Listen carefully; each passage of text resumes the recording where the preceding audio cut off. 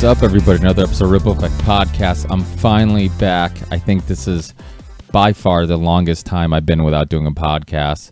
I have to be completely honest. I've really missed this whole process and talking to people, and I'm sure the listeners, you guys like the fact that you're hearing conversations that you probably don't have or can't have with people on an everyday basis. And this podcast, just like I'm sure other podcasts, kind of fulfill that. And for myself, it's the same thing. A lot of these conversations and topics I get to talk about on the show, I don't necessarily have friends I can talk to about these things. So it's a real pleasure to have people on and really have full-length conversations about so many topics that I'm intrigued with and just bounce ideas and stuff off each other. So it's really been fun, this whole process. I'm so close to episode 100, and then I had to take this long hiatus, and life kind of got in the way. And at first I was kind of upset about it. I'm like, you know what? It's been a real long time since the podcast, but I feel like I have more things to talk about, more life experiences. I think, you know, for me, it's always amazing when you see people who do podcasts every day and they still have so much to talk about. I feel like you have to have a good combination of life experiences and doing a show every once in a while where you can kind of have something to talk about and maybe reflect on things or go through some things. And throughout this hiatus and really even throughout the last couple episodes I did before the hiatus, I was going through a bunch of stuff, just not even me personally in all cases, but people close to me with, I've been to weddings, I've been to funerals, I've been to New Orleans, I've been to a bunch of different places and had some good times and some sad times. And I think all of them I've taken something away from. And also wanted to throw out a shout out to Derek D, who I actually met in New Orleans. I was in New Orleans for a bachelor party and my buddy's bachelor party, and ran into Derek D, who, if you guys don't know who he is, he's the host of Fast Lane Daily, and awesome car show. If you guys like cars and humor, it's a great combination of both. Really funny guy, really makes just talking about car news and stuff like that really interesting. So definitely check that out. Subscribe to his YouTube channel. It's awesome. And I hope to have him on soon. And he gave me a shout out on his show, so that was really cool. And what else? And if you go on the Ripple Effect Facebook page, you can see the link to his show where he gave us a shout out. It was really cool. We met him in New Orleans. My brother actually recognized him initially, and then we went up and talked to him. Really cool guy. And just like a lot of these people we talked to on the show, you realize how really nice and down to earth everybody really is. I know my brother was like, oh, I don't know, man, should we go up and talk to him? And I think finally, so many episodes, I mean, this is episode 98. I think finally I've gotten really comfortable with the fact that people are just people. It doesn't matter how many TED Talks they've done, if they're a New York best-selling author, if they're a celebrity or a governor, ex-governor, whatever. When you are a professor, I think it can be a little intimidating at first, but once you actually sit down and talk to people, you realize how they're just people, you know, and they're normal people, and it doesn't matter how successful or intelligent they are. At the end of the day, you know, you can still have a really fun and awesome conversation with somebody. And I think we have this assumption that maybe you can't just have a conversation with somebody who's somewhat famous on YouTube or whatever, like you can with your friends. But really, when you sit down and talk to them, I mean, Derek D was a perfect example. We ended up bullshitting with them, and, you know, you just really cool, down-to-earth guy, and just like most of the people who've been on the show. So that was a really cool experience. And what else? But also, like I said, episode 100 coming up. One of the things we'll probably get into a little bit is our little vacation in New Orleans. My co-host Dave also came with us, and it was a fun experience. I love going on those little journeys with friends, and if you guys get a chance to do it. I mean, if you ever get an opportunity to go on a trip with some friends, it's an awesome just bonding experience. It's rare that you spend that much time with your friends. We were there from a Thursday to a Sunday, and just spending that much time together and the connection you guys just gain from that, and talking and drinking. I think drinking in some people brings out the worst, but in many cases, I think you bond with people when you drink. You talk about things you don't necessarily would want to or have the courage to talk about sober, and you really open up a little bit when you drink. So like I guess anything that kind of changes your perspective or affects your emotions or how you react or act, it can be a positive or negative thing, and I think it can be a tool that can be used for good. And in that case, I think it was a really fun experience, because I think we had a lot of fun, and we drank and laughed, and really it was just a great time, and it was nice to kind of detach from everyday life and reality for a little bit, or what becomes reality, this routine of going to work and paying our bills and all that stuff I'm always talking about. So that was really nice. And a lot of us have things going on. We have, I have another kid on the way, and some people have houses they're trying to sell, and money's tight. But we just know how, I think everybody involved knew how important it was just to be able to, even if it means money was a little tight when you got back, it was just worth just the mental therapy that you got from being away from everything and hanging out with friends, and how rare it is to get a group of friends that are all willing to go on a journey like that. I've never been to the South anywhere like that before, and it was really awesome. For all my fans from Mississippi, Texas, New Orleans, I met a bunch of people from those states, and everybody was really cool. So I really love how down to earth and friendly people from the South are, and it was a really cool experience. So shout out to everybody from there. And I think that's it. I'll keep this intro kind of short. Thanks to everybody who's been listening to the show even after I've been gone. Every episode I've ever done has been downloaded throughout this hiatus, at least a few times. And I've had still a couple 1,000 downloads since my hiatus. So I really appreciate everybody who's been listening. I'm so sorry for the wait. I do a 2.5 hour episode with Nancy Guberti, who's been on the show before. So if you like our conversation, if you're into a conversation about diet, nutrition, functional medicine, genetically modified food, pharmaceutical drugs, all these type of topics that have to do with health and wellness, definitely check out the first episode. We did one, just check the archives, and you'll be able to find it. Just look up Nancy Guberti. And I also recently shared it on our Facebook and my Twitter account, so you can find it there also. But awesome conversation. We did a 2.5 hour conversation about everything from things that are useful if you're a parent or you want to become a parent, like what to feed your children, opinions on vaccines, opinions on so many different things, and also as an adult, what we should eat, the kind of the myths of diet and nutrition we've been told in the past, and all those things. So really interesting conversation. We talked about a lot of different things. And like I said, 2.5 hour conversation, or if it wasn't 2.5 hours, I was close to it, and or I might have surpassed it actually. But really, just full of information conversation. If you're not a parent, and we kind of open up talking about my son, and it seems like that's a recurring theme. People that I'm friends with on Facebook who come on the show when I'm talking about them, and so I apologize for anybody who's not a parent and is sick of hearing about my son or anything like that. That has to do with kids. If you don't have any kids, I can see how it can probably be a little annoying. But we do eventually get into the conversation about diet and nutrition and all that stuff. And we share ideas on what we should eat and what we shouldn't and stuff. So I think anybody, obviously food and just feeling healthy is a huge part of our lives and has a huge effect on how we feel and what we do and how much energy we have throughout the day and our cognitive function. So this is all information I think is really important and can be helpful to people and make us, help us all feel good. And we can ignore some of the propaganda that got us into very sugary treats and told us that, stay away from fats and really doesn't put an emphasis on sugar and how addictive that is. So thanks again, guys. Like I said, hopefully I'll get back in a rhythm.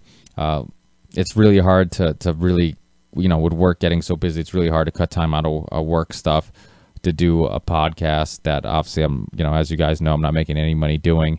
It's completely a hobby, and donations haven't been great from like I always tell people, download Theory 6 music and all that money goes to the podcast. But I understand there's tons of great free podcasts out there. It's hard for anybody to pay for anything. The internet just has endless amounts of free entertainment. But if anybody can, wants to help out the show and appreciate what we're doing, then buy some Theory 6 music, I always have the links in the show notes on our YouTube channel. And of course, you can find the podcast anywhere, iTunes, Stitcher, now Google Play also. They just start having podcasts on Google Play, and the Ripple Effect podcast is available there. And I think that's it for now. So I'll keep this one somewhat short. I think I probably went already longer than expected, but I figured I'd probably should fill you guys in a little bit on what's going on. But expect another podcast soon, and hopefully I get in a rhythm once every week at least, or at least once every other week. So that's the goal. And the 100th episode right around the corner, hoping to do a live show with me and Dave. 100th episode, we'll do a long live show and have people call in if they want. I'll give you my Skype account, or you can tweet us while we're on air and recording it. I'm thinking of doing it on YouTube. But I think also Periscope's another option too. I don't know how many of you guys are on Periscope, but let me know. If there's a lot of listeners on Periscope, maybe I'll do it on Periscope. But I know everybody obviously goes on YouTube and has access to YouTube, so that seems like maybe the easier choice for the listeners. But let me know, and let me know if you guys are willing to call in if we do a live show. So I think that's it. Finally, for the 8th time, that's it. I promise. And enjoy the show, and I'll see you on the next one. Peace.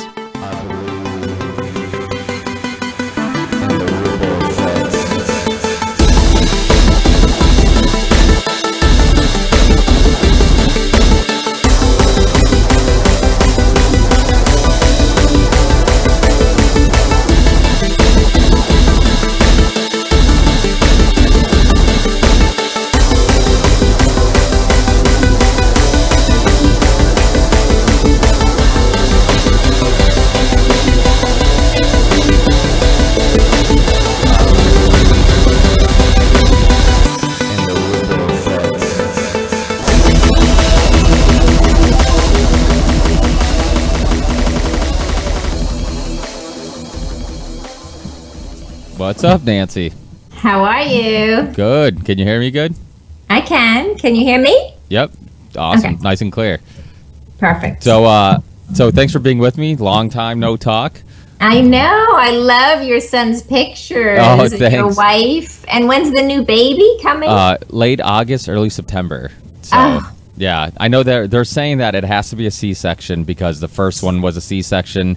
So they're, usually, and he was a small little guy. He was like just over 6 pounds, and how they lose weight the first week. So he ended up being like 5 pounds, and after a day or two. So he was a little guy, and so probably a C-section. I mean, I guess the good thing is you can schedule it. You don't have to go through the struggle of trying to push for hours, and then and so there is I guess benefits to both. I guess if she had the option, she would obviously want a natural vaginal birth, but she.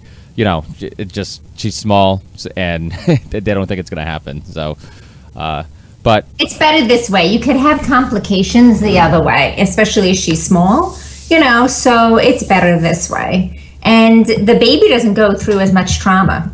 Really? Mm-hmm. Because think about your head being squished through the canal. That's why lots of kids that are vaginal, they'll have their heads will look deformed when they first come out until they get out, and then it goes back to place. So for C-sections, the baby doesn't have to go through that. I think it's more trauma for, well, they're both trauma for the mother. The mother doesn't ever win. Yeah. Except when they turn out to be such good kids like your son. Yeah, he's definitely, I love being a parent. I heard from everybody who has kids, like, oh, it's life-changing.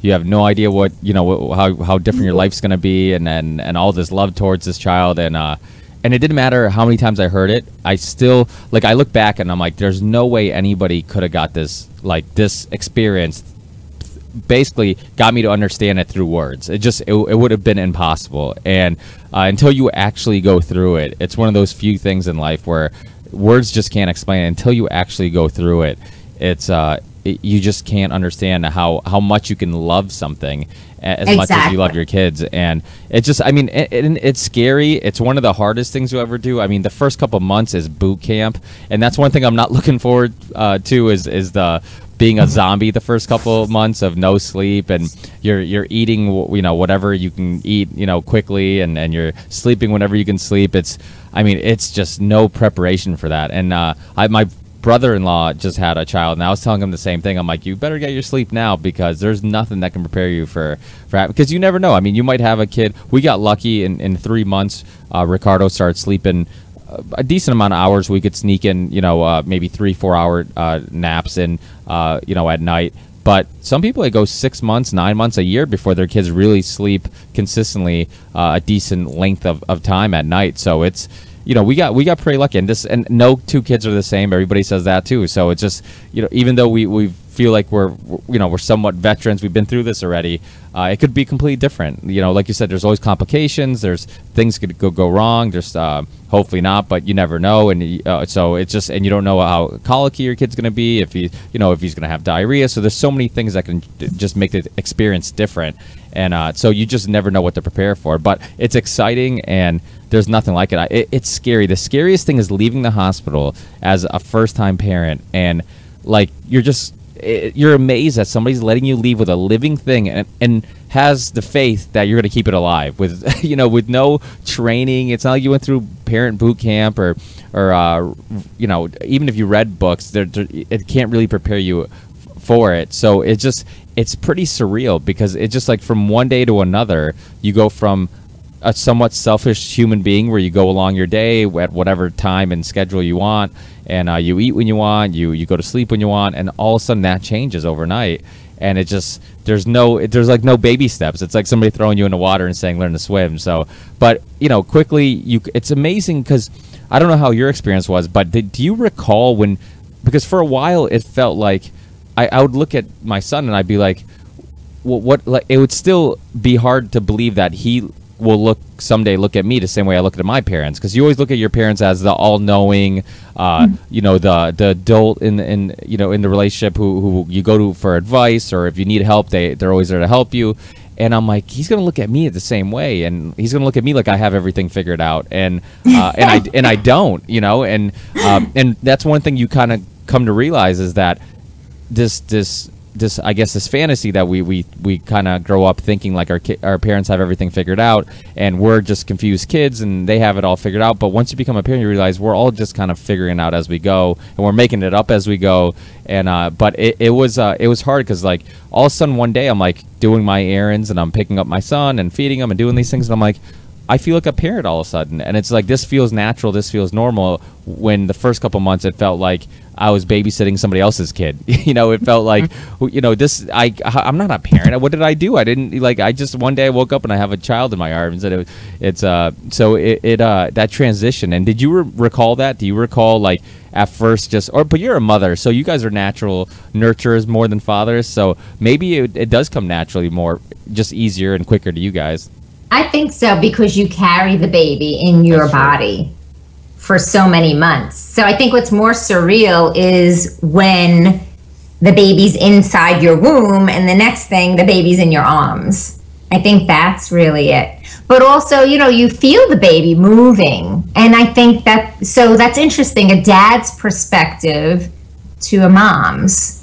Yeah. So I could see how you feel that. I bet that's how a lot of dads feel. You should have a show about that and have callers call in on that, because for mothers, I guess they're more nurturing because they've carried the baby for all those months, almost a year.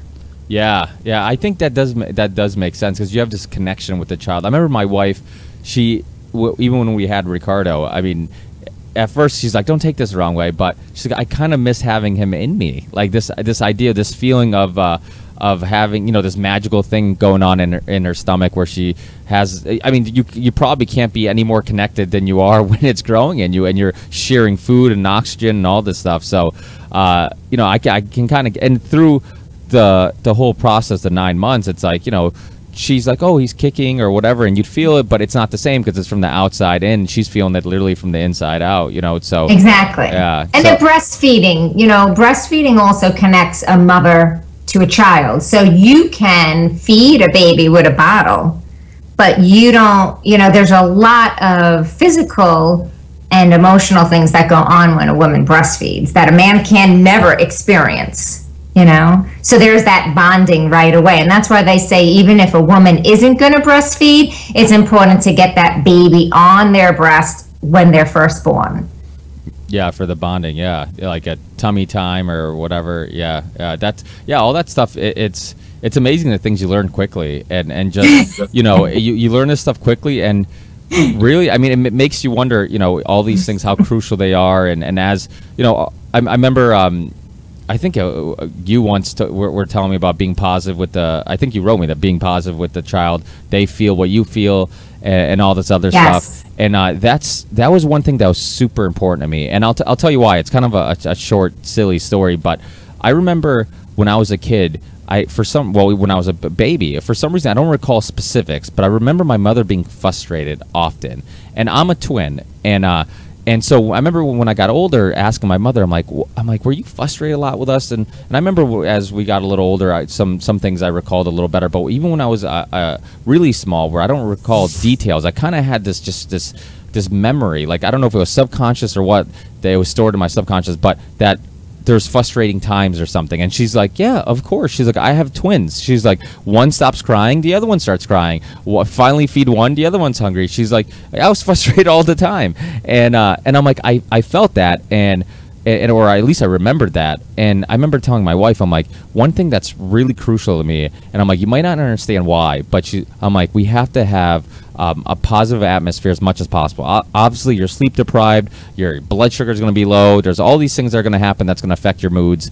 But let's do our best to, if we have confrontations, let's wait till he's sleeping. Let's wait till we're not in the same room. If we have something more serious to talk about, let's not do it maybe necessarily in front of him, because it might turn into a fight. And all these things. And then I remember hearing a study about an epidemic of colicky babies in Germany before World War II, and they looked back at the study and they found out it was all these Jewish babies were really colicky, and they came to the conclusion that they thought it was the stress of not knowing what was going to happen during World War II that the parents had. The kids were sensing that. So all these pediatricians had all these parents coming in with their colicky babies, and then they looked back at that information. They came up to the conclusion that they were sensing the stress.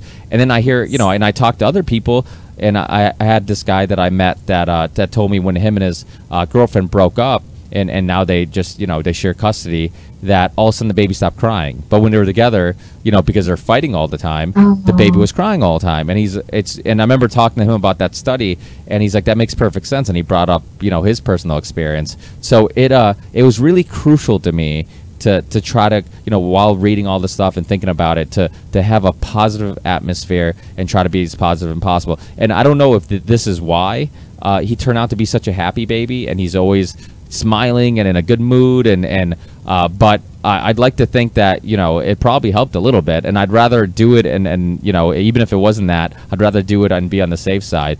But yeah, so that was really important to me, just that, because of my personal experiences too, because I thought it was so weird that I remembered that, and I felt like like in a way, like if I remember that, and as an adult, then there's no way he's it didn't have some effect on me, and it wouldn't have some effect on my son. So yeah, I mean, yes. There's so many social cues and stuff kids pick up on. Yes. It's no different than knowing your significant other, or your husband, your wife, knowing when they're angry, even when they tell you they're not. It's like it's not because you're you're a psychic. It's because there's things they're doing, facial expressions, maybe the way they're moving or whatever that you're picking up, that's letting you know they are unhappy or frustrated or whatever. And so yeah, all that stuff is really important. And was that something that was crucial to you? Was always positive atmosphere? And do you 100? Yeah. I mean, you manifest onto your children what you say. So I was just in the bank, and I heard this man. He had his two boys with him, and one was an angel and one was a little bit energetic, I would like to say. And he called them over to say hello to this gentleman that came in the bank, and one went and the other one didn't. So he said, and he was very stern of a dad, and he said, well, I have two kids. One's good, one's bad. 1 out of 2 ain't bad. And he walked out, and I thought, oh my gosh, these kids are 3, maybe 4.5. You have just manifested that onto that child, that he's the bad one. So do you think for the rest of his growing up years, he's going to be good? or he's going to give you trouble. You know, you've already our words are so powerful, you know, and I always say for positive, powerful parenting is so key. I see middle schoolers and high schoolers that come in, and even college kids, they're already done. Their anxiety levels, they're burnt out, and they can't cope. And if you then really watch their parents, and I'm not saying all of it comes from parenting, but I would say a majority of it does. You could be in the same room and you start to feel anxious. You're like, oh my God, could you imagine being with these people 24/7? And these were your mentors, and these were the people you went to when you needed nurturing. You know, so parenting is just the act of having a child is the easy part. The actual being a parent is beyond the biggest responsibility anyone will ever have. So to me, it was, I always want to mentor my kids in a positive manner. And I want to show them, not tell them, I want to show them. So showing and telling are two different things. If you show someone how to do something, then they learn. If you tell them how to do it, it's just a chore, it's a command, and they could take it the wrong way. They might rebel and resent you. But if you show them, even with the way we eat and how we live a healthy lifestyle, I show them why. And then they make their own choices. You know, but if you also give back and you do volunteering with your family, or you show your kids it's important to you, even, you know, whatever spirituality somebody has, whatever basis to look beyond yourself, they pick up on this. They're sponges. Kids are sponges. And your responsibility, I believe, as a parent, is not to spoil your child, not give them everything they want, you know, show them how to work and earn things, but really live a full lifestyle. And to be happy and healthy and mentally healthy is very important these days. And there's so many younger kids going for rehab for depression and anxiety. And you wonder, yes, it could be neurotransmitters imbalance, but it also could be their environment, their family. Oh, absolutely, absolutely. And you hit on a couple important things. The thing you're talking about, oh, you're the bad one. I remember hearing this joke growing up. They say that if you have two kids, one you think's going to be a lawyer, and one you think is going to need a lawyer. And and it's funny because I always wonder, how do the same parents have two kids and yet they become so different? And I wonder if, because one thing you have to assume, like you said, parents' influence, you don't treat the second kid as, you probably treat it differently than the first one, as much as you want to believe you won't. I mean, there's a lot of parents that I've talked to that say, oh, your first kid, you'll be crazy about washing hands or who holds them or whatever. I wasn't like that, but they're saying in many cases that's how parents are. And the second kid, you'll hand them to a mechanic. You know, you don't care, and you're much more laid back. So I wonder if that type of attitude, maybe that has an effect on the child. Like, what's your opinion on why you get such two different types of children? Because I mean, I guess it goes back to that nature versus nurture conversation. You know, if we believe that a lot of it is nurture, then if it's the same two people having, you know, a child, then shouldn't they be much similar in personalities and the way they act and all that stuff? Well, first of all, biochemically, you know, there's so many different variables that go into producing a child, right? So just the sexes, even if they're the same sex, there's so many different things that go in, even if it's the same parents. So we can have imbalances that we don't have with the first one. But if the parenting is 100% the same, you would assume that the same reactions or results would happen. But I think, you know, again, when you look at parenting, you can see where the exceptional parents are. I'm not judging anyone, okay? But you could see who really, just by the way they live their life, are they half full or half empty people? You know, are they more interested in the world events and everybody else's events than their own kids' events? I see some people that treat their dog better than their kids. So you really have to look at the personality of the husband and the wife also, or partners, or whomever is raising children. Also, so their personalities, their relationships are crucial. I mean, think about the foundation of a house. You know, you have to make sure that foundation, poured cement, is better than cinder blocks, because then water can leak in, right? So we have to make sure that the foundation is really well. Then we also have to make sure that they are eating healthy, right? So if you assume 2 kids are eating healthy and their biomedicals are the same, then the parenting, if that's the same, you would assume the results are the same. There is a whole logic and theory behind the birth order of children.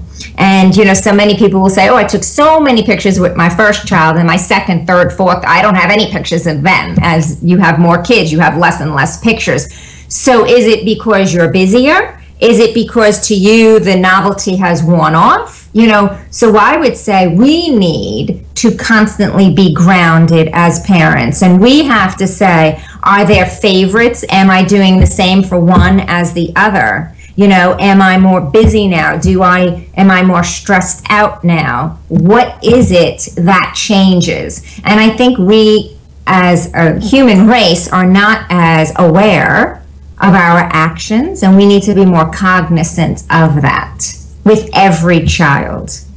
I completely agree, because I think a big part of it is because your first child is your first. It's no different than your first love. You know, why is that first love always somebody that for the most part you remember? And because they were your first. It was the first time you kissed somebody, first time you went out to the movies, first time you started going out to dinners together, first time you went out and got drunk together. Like, you remember those first. So unfortunately, the second child can never be the first of anything because it's a second child.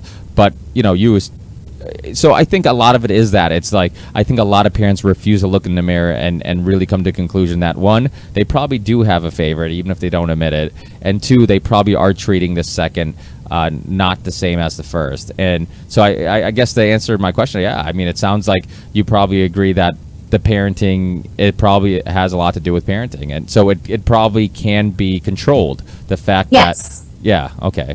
I do believe so. So, like, if you have a girl the second time, it's your first girl. That's what we're having, yeah. It's so there is a first. Yeah, that's right. Yeah. You'll dress her differently than you do your son. You know, you'll put bows in her hair, whatever. So there are going to be differences. There's differences even in physically how you change the diaper, how you clean her. So there are going to be differences. So you could consider that always a first. I also think with kids, you know, some people wait 5 years or longer. I mean, I had my kids closer in age, so it was almost like they were Irish twins. But for ones that wait 5 years, it's almost like it's a whole new process all over again. It is like a first. So I always think that we need to work on our own psychology, and say, well, if it was so wonderful with my first, how can I make my second, my third, my fourth, my first?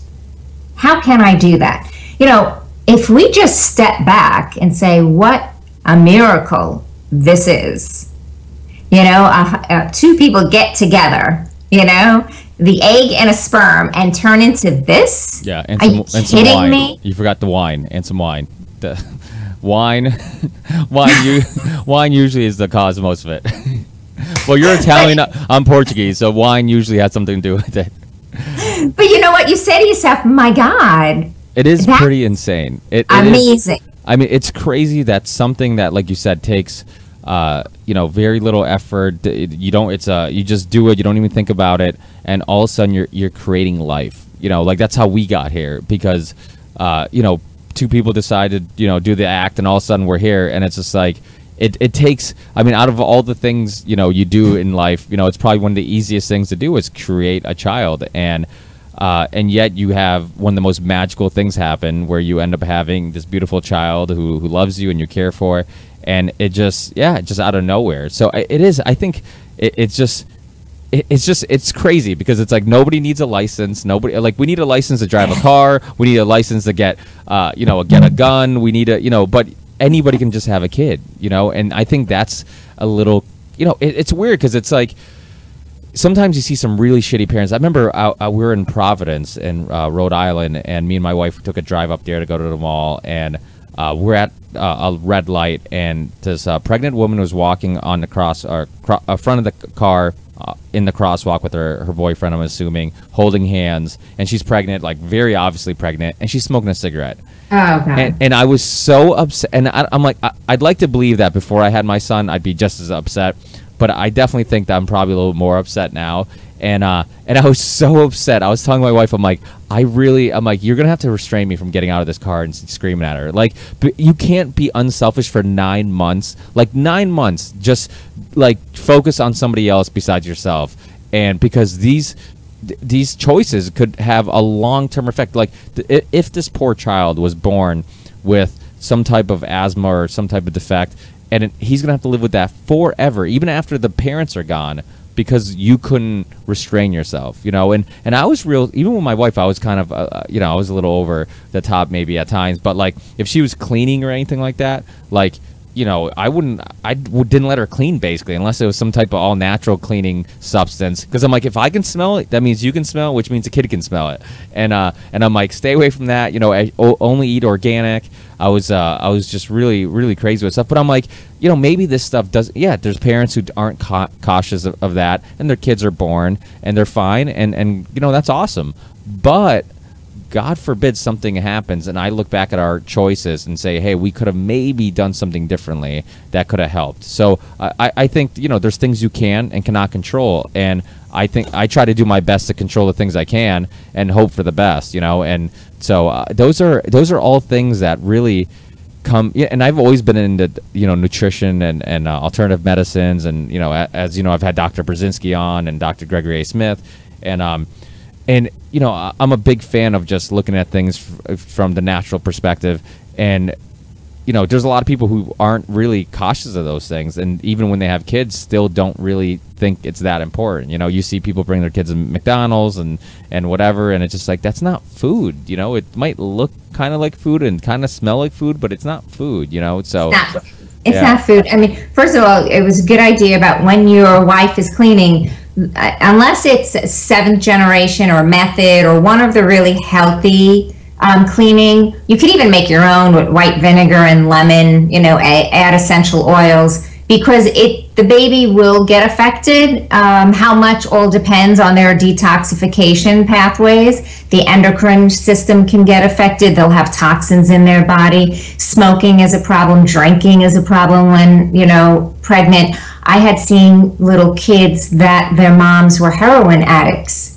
And I can't even begin to tell you how sick they were at 4 and 5 years old, and they were all delayed. It was very, very sad.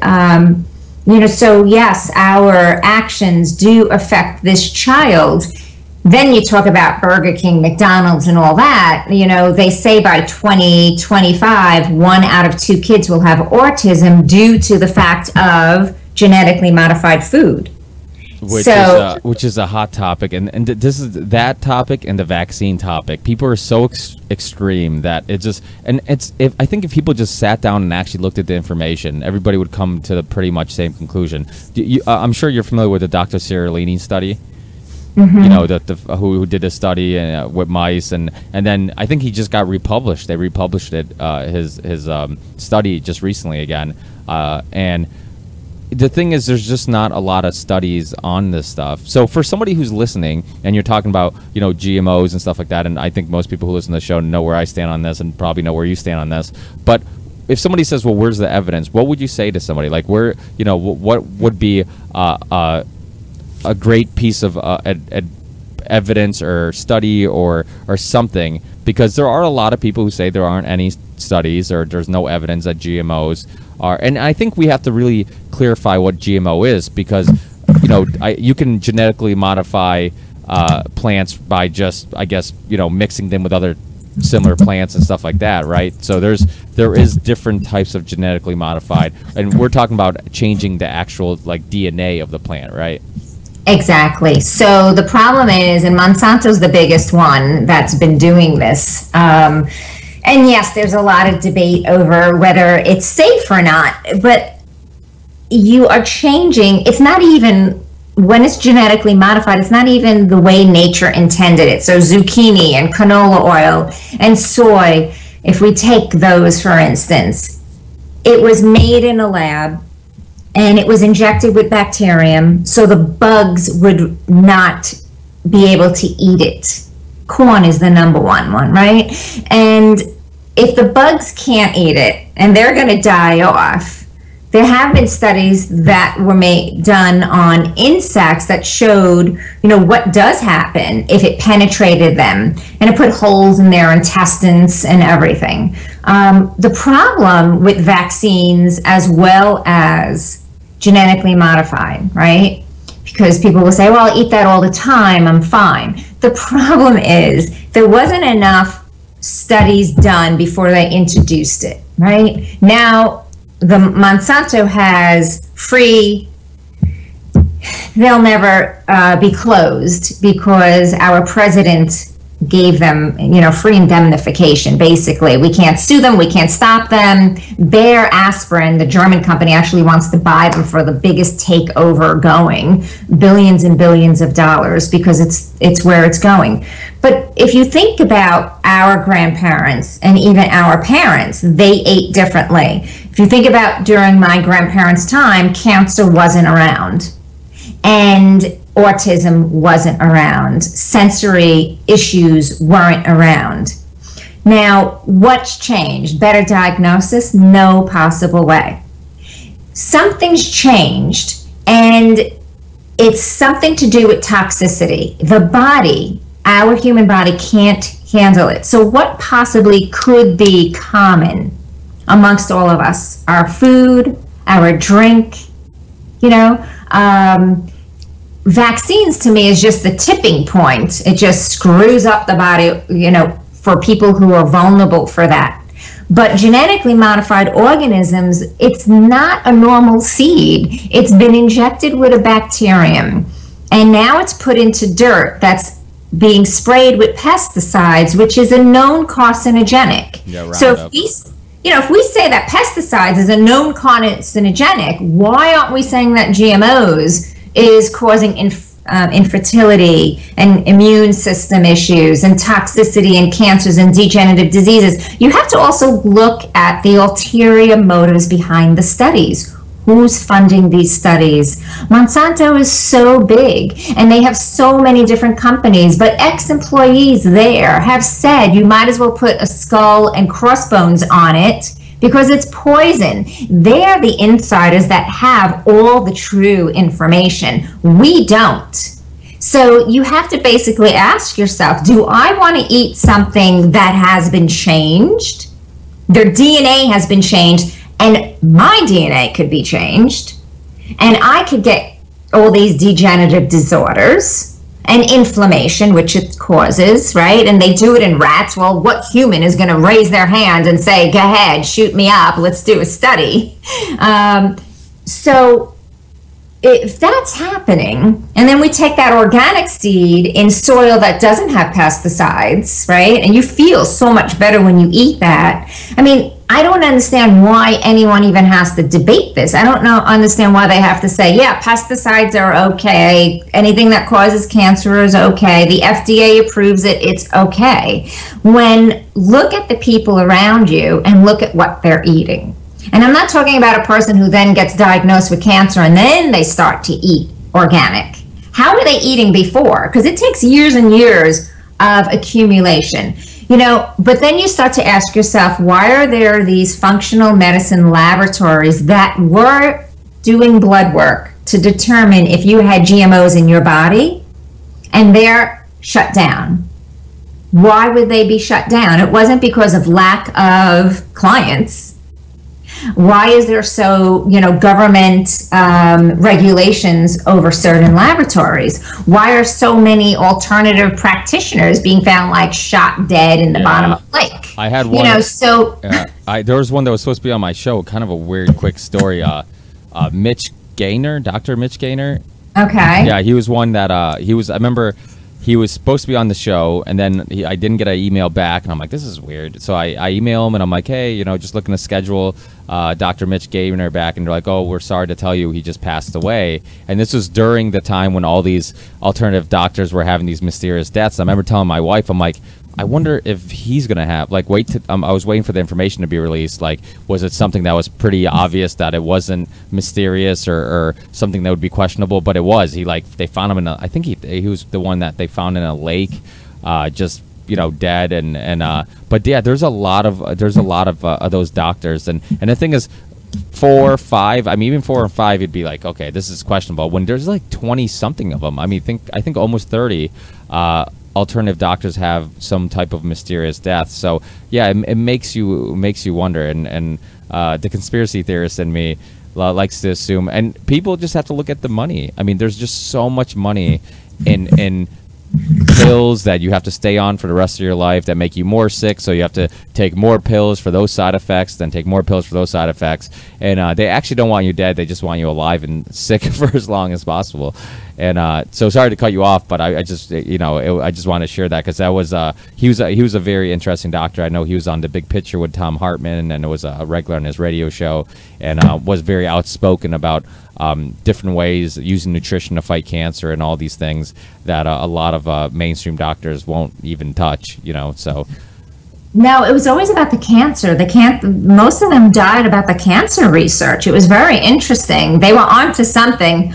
But as far as there are studies that show that GMOs are linked to breast cancer, estrogen issues, GI issues. So all you have to do, if you're really interested, is just, you know, type in Google 10 scientific studies proving GMOs can be harmful to the human health. So there are studies out there, but this information isn't always in mainstream media. And when, like, Fox News did a study, they did a report on GMOs. They didn't even get it right. I was like, oh my gosh, they don't understand. I find it amazing how so many people really just put food on their plate and give it to them. They eat it themselves and they give it to their kids without even thinking, where did it come from? And is this going to harm my family or not? Like, whenever I eat something, I always say, what is it going to do for me? I want it to taste good, but what is it going to do? Is it going to give me energy? Is it going to, you know, nourish my hair or my skin? Is it going to make me mentally, you know, more clarity? What is it going to do? Because there's certain foods everybody knows when you eat it, you feel like crap afterwards.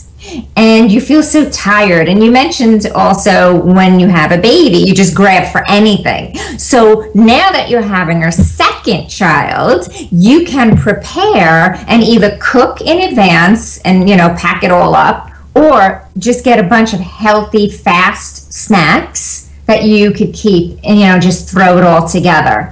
Because you know you need the nutrients as well. I see it in my practice. People will just shove things in their mouth and call it food. And then they'll want to go on a cleanse, or they'll want to go on some fast, you know, 10-day diet where they just take all these protein powders, lose the weight, and then they're surprised when they go back to eating why they gain the weight. It's because they never learned how to eat. You know, and then we also, again, look at psychology. We either sabotage our own success, or we are emotional eaters. You know, we have to look into, really, we have to be aware of everything we do. But GMOs, I don't understand how anyone could think that GMOs are healthy. It's just like when you think of conventional meat. I don't know how one could think injecting an animal with antibiotics and growth hormones and feeding them arsenic-laced food is going to be good for us as humans. And like 70% of antibiotics that are sold in the U.S. go to animals? Like some ridiculous amount of antibiotics. Right. So now let's go there a second. GMOs, right? One thing, people debating that. Okay. Google it, read the studies. That's one. The second thing is the antibiotics. You make a great point. The doctors are now saying to the USDA, the agricultural, hey, you got to stop the antibiotics on the animals. I don't care if they're conventional, or because we know antibiotics and free range don't get them. You got to stop it, because what is happening?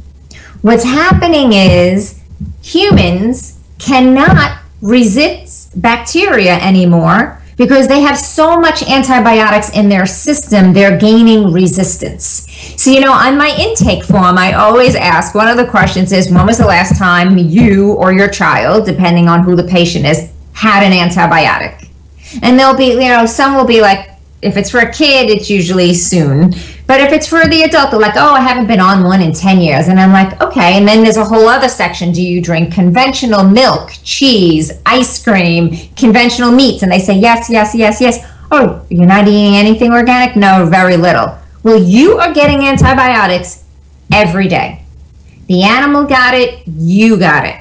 It's in the milk, it's in the cheese, it's in the ice cream. You can't burn it out of the meat. That doesn't work. So you're actually getting antibiotics every day. Now, when you need them, and the doctor put you on one round and that didn't work, and they put you on another and another and another, it's because your body is already flowing with antibiotics. So the doctors and the scientists and the researchers have gone back to the farmers and the USDA and say, you have to control this. This is a huge epidemic. People will die. And recently, maybe a month ago, there was a woman who had a bacteria that was antibiotic resistant. And now they're trying to figure out what to do, what to give her. Wow. So it started. And then talk about genetically modified. We could genetically modify anything. They've just created genetically modified mosquitoes that they have released into Florida to kill off the mosquitoes that may have this virus. But there is no, and people are in an uproar in Florida, why are you using us as a guinea pig? There are no studies to show that the genetically modified, when they go bite a human, what are they leaving behind? And can we fight that?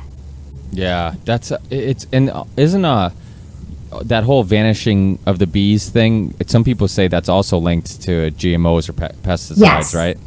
100%. So, think about, again, if you just go back a few, years, and you say, well, there were bees and people even had them to make honey. And now what's going on? I personally don't like be stung by a bee, but we need bees, right? Yeah, we need them to create certain things for our food supply. And they're saying that the pesticides are killing them. Hey, the pesticides, again, what do they say? Oh, just kill the mosquitoes or just kill these bugs? No, it's a big problem. It's a very, very big problem. And like you said, they're linked to so many things that I forget what percentage of what you eat is linked to bees, just having them around, and they're a part of the process. It's incredible. And that's why it is very important. And there's been, that's another topic that there's been studies, and people are kind of going in the direction of pesticides or GMO plants and stuff like that having some effect on these animals. And I mean, the whole idea of making a plant, and you talked about corn, because in many cases that's the huge product they sell a lot of and is used quite often. And to make a plant that's immune to Roundup, this idea that Roundup will kill everything, the insects, everything except the plant. To think that won't have some effect on the plant eventually. And what if the plant, I mean, it has to change the DNA, the resistance to this stuff. I mean, it has to slowly, it does. Yeah, adapt. Plants are living just because they don't scream when you eat them. They are alive, and so you have to assume that it has some effect on its DNA, even just doing that. So it's all really, really interesting. And if people want to look up the Dr. Ciarlini study, he's this French doctor who had a really popular study that was published, and then they removed it after some pressure, and then it just got republished now because they came to the conclusion that it wasn't fair, the reasons why they removed it. So very interesting. And he found direct links with GMO foods and pesticides and with tumors in these mice. So it's it's really interesting. There are studies out there, but like you said, when you're talking about corporations that are so large and are so powerful, you have to assume they can mute a lot of things, and they can make like who's the doctor, Dr. Paul Offit, the vaccine guy. I think I got at it with him on Twitter, and I forget who the other guy was, because it's amazing how they go around preaching these things without ever letting people know that they made tons of money off vaccines. He's one of these pro-vaccine doctors, and I forget. It's been a long time since I researched him, but I think he sold a vaccine to one of the big pharmaceutical companies and made all this money off it, and was actually being flown around on the dollar of the pharmaceutical company while he's going around doing these interviews saying that vaccines are not harmful, and there's no studies to prove that they are, which obviously is ridiculous, as people know, because I don't know when you're on if the story already became public, but I know when John Rappaport was on the show, we talked about the CDC whistleblower, and now it's finally picking up, and this was like a year later, now it's finally picking up steam thanks to Robert De Niro and the Vax movie, and their courage of going around and speaking so publicly against such a controversial issue. And it's a hard thing to talk to people about, because I think everybody's heart is in the right place. Like, I think if you vaccinate your kids, it's because in your heart you truly believe you're doing the right thing for your child. And there's so much just people just scaring you, just fear of if you don't. I remember my son, for the record, hasn't been vaccinated at all, and but I fought with my wife quite a few times to not vaccinate him, because the pediatrician would scare the shit out of us. Well, wouldn't scare the shit out of me, but would scare the shit out of my wife, and attempting to scare the shit out of me by telling me that, because we kept, at first we were hoping he'd get off our case. We're like, oh yeah, we're still talking about it. We don't want to do it quite yet. We're taking our time. And like, well, make sure you don't go anywhere in public, to make sure whoever touches them washes their hands, all this stuff. And I'm just like, this was like the first couple months, and when we're doing regular checkups, and I'm just like, this guy's acting like if we don't get these vaccines ASAP, this is life or death. Now it's a year and a half later, almost a year and a half later, and he's only been sick once, and it was because my wife was sick and fell asleep right next to him and probably got him sick, and it was just like a runny nose for like 2 days, and he, and I know kids who've been vaccinated who are sick all the time, and this kid only, has barely been sick, that, like I said, that one occasion, which was very mild, and we know where it came from. My wife, he got it from my wife, and that was it. And he's been healthy as hell. He's full of energy, always smiling, and I understand, like I said, I understand why parents vaccinate their children, and even because I'm like, I'm making a big choice, because what if I'm wrong? What if, and I'd be lying if I said that if I didn't even doubt myself, because I knew these choices were so big. These are choices that could affect, my child forever. And so it's always like, what if I'm wrong? What if maybe the studies I'm reading are biased? What if the information I'm reading is biased? What if? So you're going through it. So, there's always going to be a little bit of doubt, but once, as time went by, and I felt more comfortable with the fact that he's been progressing awesome, and he's happy and healthy, and nothing bad happened, it just made me feel much more comfortable about my choice, or our choice, because I had to get my wife on board, which she was initially, until the pediatrician started, and which is crazy. No pediatrician will tell you that. They'll tell you that there's zero negative effects from having vaccines, which is ridiculous, because obviously we know that there's vaccine courts, and there's parents who've gotten money, which means that something has happened for them to get money,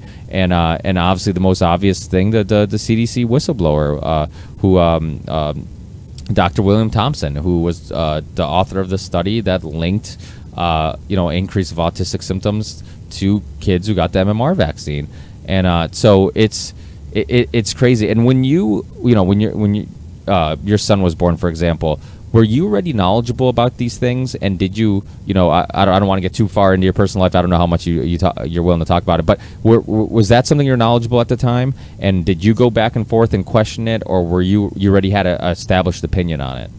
mean, 18, 20 years ago, that's really about 22 years ago to 24 years ago, things changed with vaccines. But 18, 20 years ago, there wasn't much going on so vocal like now. So things have changed pretty rapidly, and like you used to be able to get measles, mumps, rubella separately, and even chicken pox. Now they combine, almost like they offer a 5-in-1 and they offer an 8-in-1. You know, it's almost absurd. So, you know, like when I was growing up, you didn't hear anything about autism, right? The autism of those times and the autism of now, I believe, are two different things. This is a biomedical insult. Now, is it just vaccines? I don't think so. First, what really should be done is we should determine if a child could detoxify. Because if they can't detoxify, I don't care if it's one vaccine, I don't care if it's Monsanto, GMOs, they're going to hold on to that. And their central nervous system and their brain and all their senses are growing so rapidly every day. So they're going to be affected more than an adult. Studies are not done on kids, they're usually done on adults too. They did some studies saying for an adult how much vaccine schedule they could handle. So nothing's ever been addressed correctly. What I will say is, having my own practice for the past 16 years now, you listen to the caregiver, and they're not looking for an out. Some parents will come in and say, look, I'm quirky, my husband's quirky, he had issues growing up, we have a kid with special needs, right? So they're saying genetically, this child was predisposed.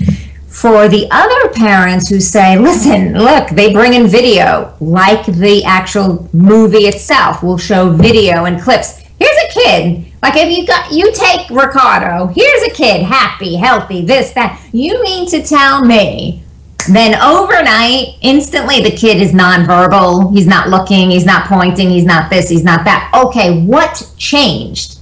That's all I want to know, is what changed. So you look back at the history, or you say, what happened? Was the kid sick when they got vaccinated? Did they have too much? Did they have a weakened immune system? Were they on antibiotics? Were they this?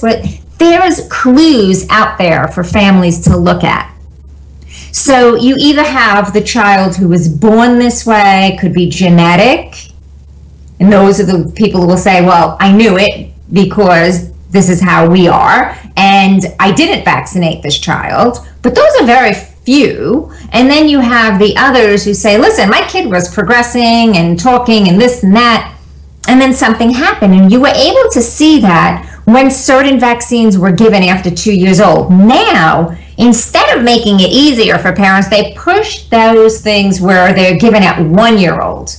So the child may or may not be talking. They could just be babbling. So from babbling, they go silent. You know, so I love what you're doing is your child's very healthy, happy, and you let their body be clear. When I was a kid, you were required to get a vaccine between 4 and 5 years old. So fine, let the kids get to 4 or 5 years old. They're not in any danger. You know, they have clean water. They're eating well. They're not living in, some of the third world countries that they promote the vaccines. They say they save lives there. We're not talking about that. That's a whole, you have to look at what we're talking about. What's the environment? So let the child's blood-brain barrier develop. Let their immune system develop. I would also highly recommend doing an organic acid test. I don't care if the kid's potty trained or not. There's ways to collect the urine. There's certain bags and everything. Find out if the kid could detoxify. Find out the beneficial bacteria on the stomach lining. There's so many factors.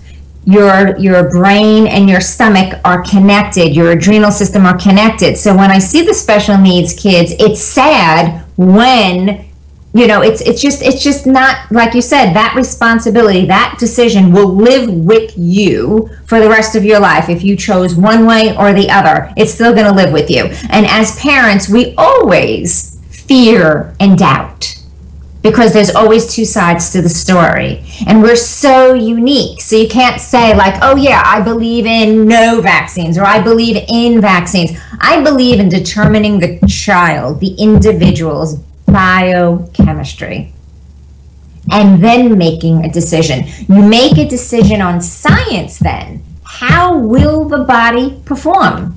Can the body detoxify? How's the beneficial bacteria? And even touching upon GMOs. GMOs weren't, so prevalent. Now you have GMOs in even the alternative to breast milk, right? So Infamil and all of those, either they have, the first ingredient is modified corn syrup solid or soy, right? So you're putting genetically modified, and there is a test that does confirm GMOs changes your stomach lining, your beneficial bacteria. It transfers. So imagine the kid who's not getting breast milk for whatever reason, and they're getting GMOs, and then they're getting vaccines, and they can't detoxify either one. Where is that going to go?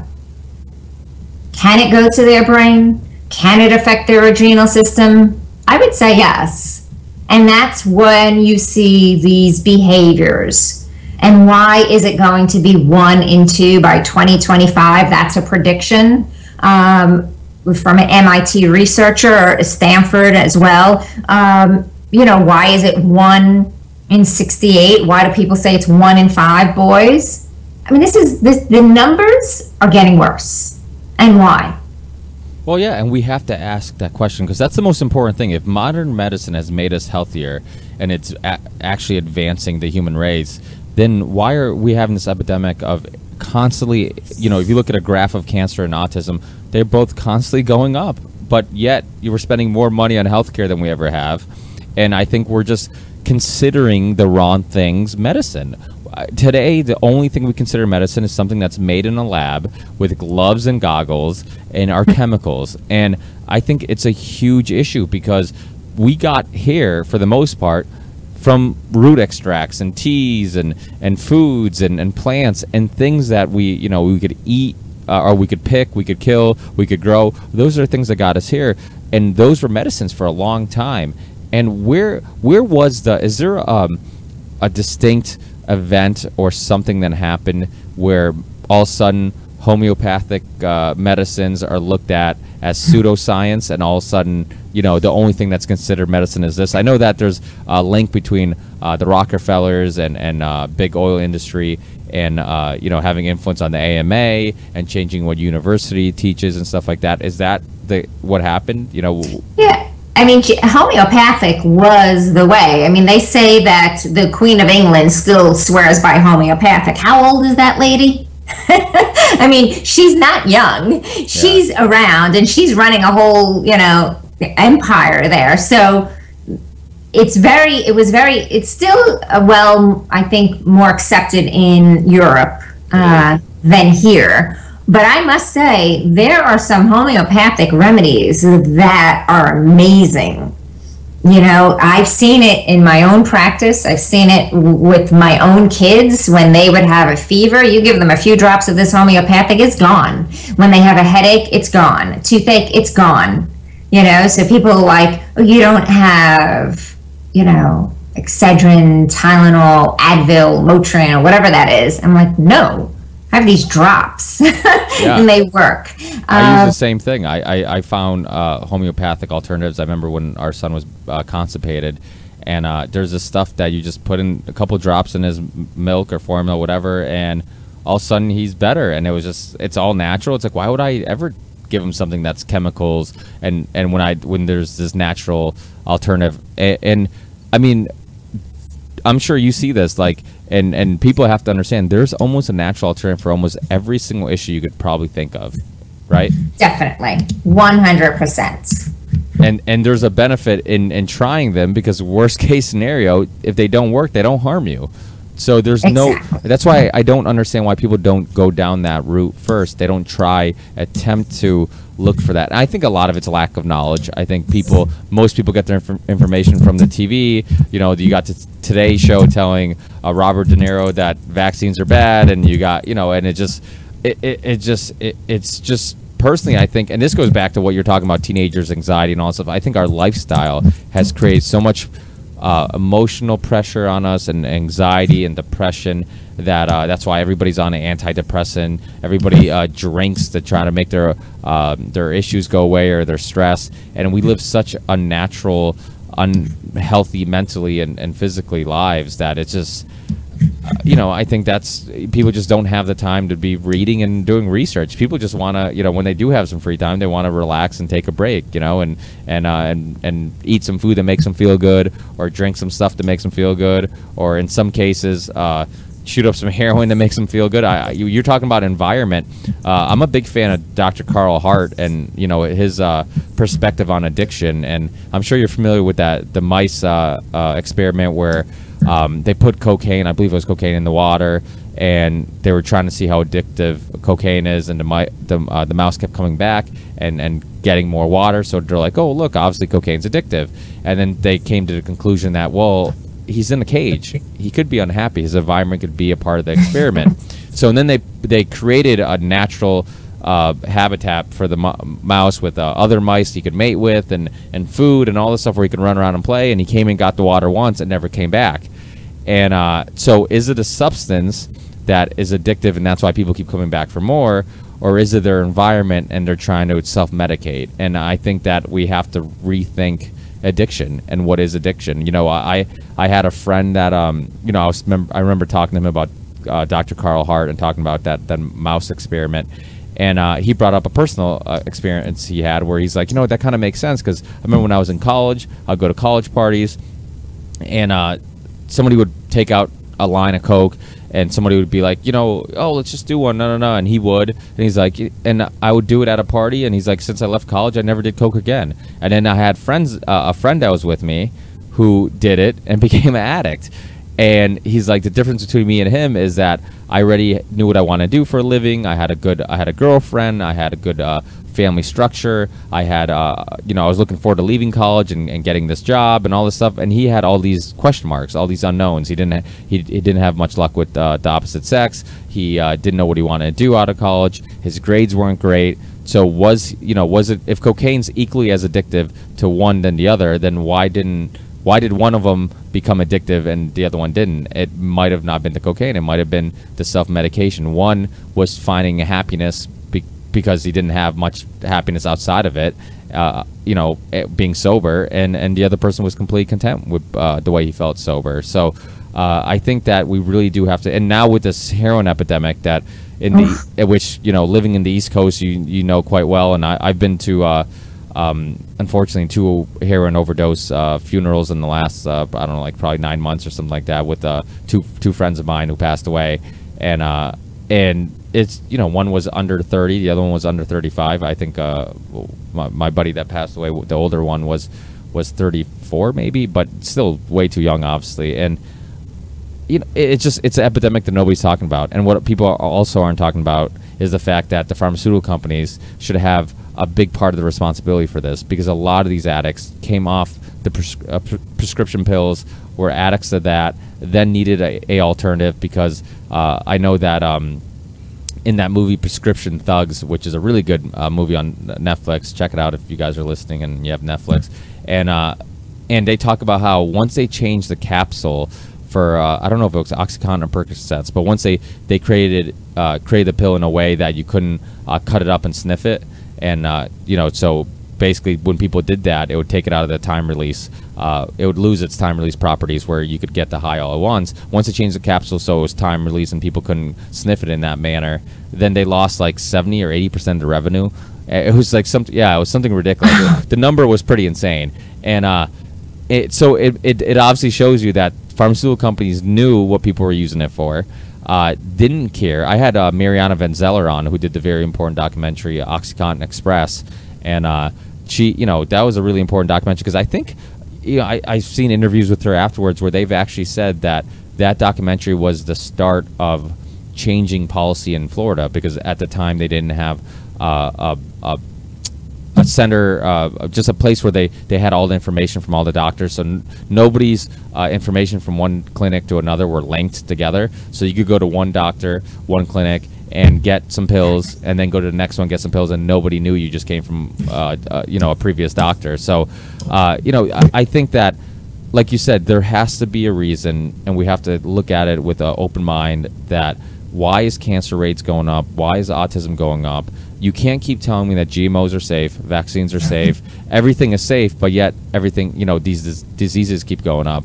And, and cancer is the huge one, because there's cannabis oil, it has been proven to help, and that's something natural that wouldn't harm anybody. Worst case scenario, if it didn't work, I mean, what harm is that? And there's my mother-in-law, who passed away not too long ago from cancer, same thing. Like, these people believe that if the doctors say these are your only treatments and this is the only way to I guess fight this disease, that's what people believe. I mean, it's this thing where we grew up believing that doctors were like policemen, or all, these people that can do no wrong, and their moral compass is much better than the average person, but they're not. They're just people who decided they picked a job, they picked a career, and then they wear this outfit, a costume, and all of a sudden we think that they're this hierarchy of intelligence and just decision making, and I think we have to start to rethink that. We have to look at it and be like, maybe doctors don't have all the answers, because what are they? And I think a lot of it's not their fault, right? Because what are they learning when they go to university, right? Right. I was going to say, so many people do listen to their doctors. Again, this is about being your own best health advocate and your family's best health advocate. People don't want to do that a lot of times. They want someone to give them the answers. They don't want to do the research. They don't want to watch the movies, read the information, say, hey, why isn't that?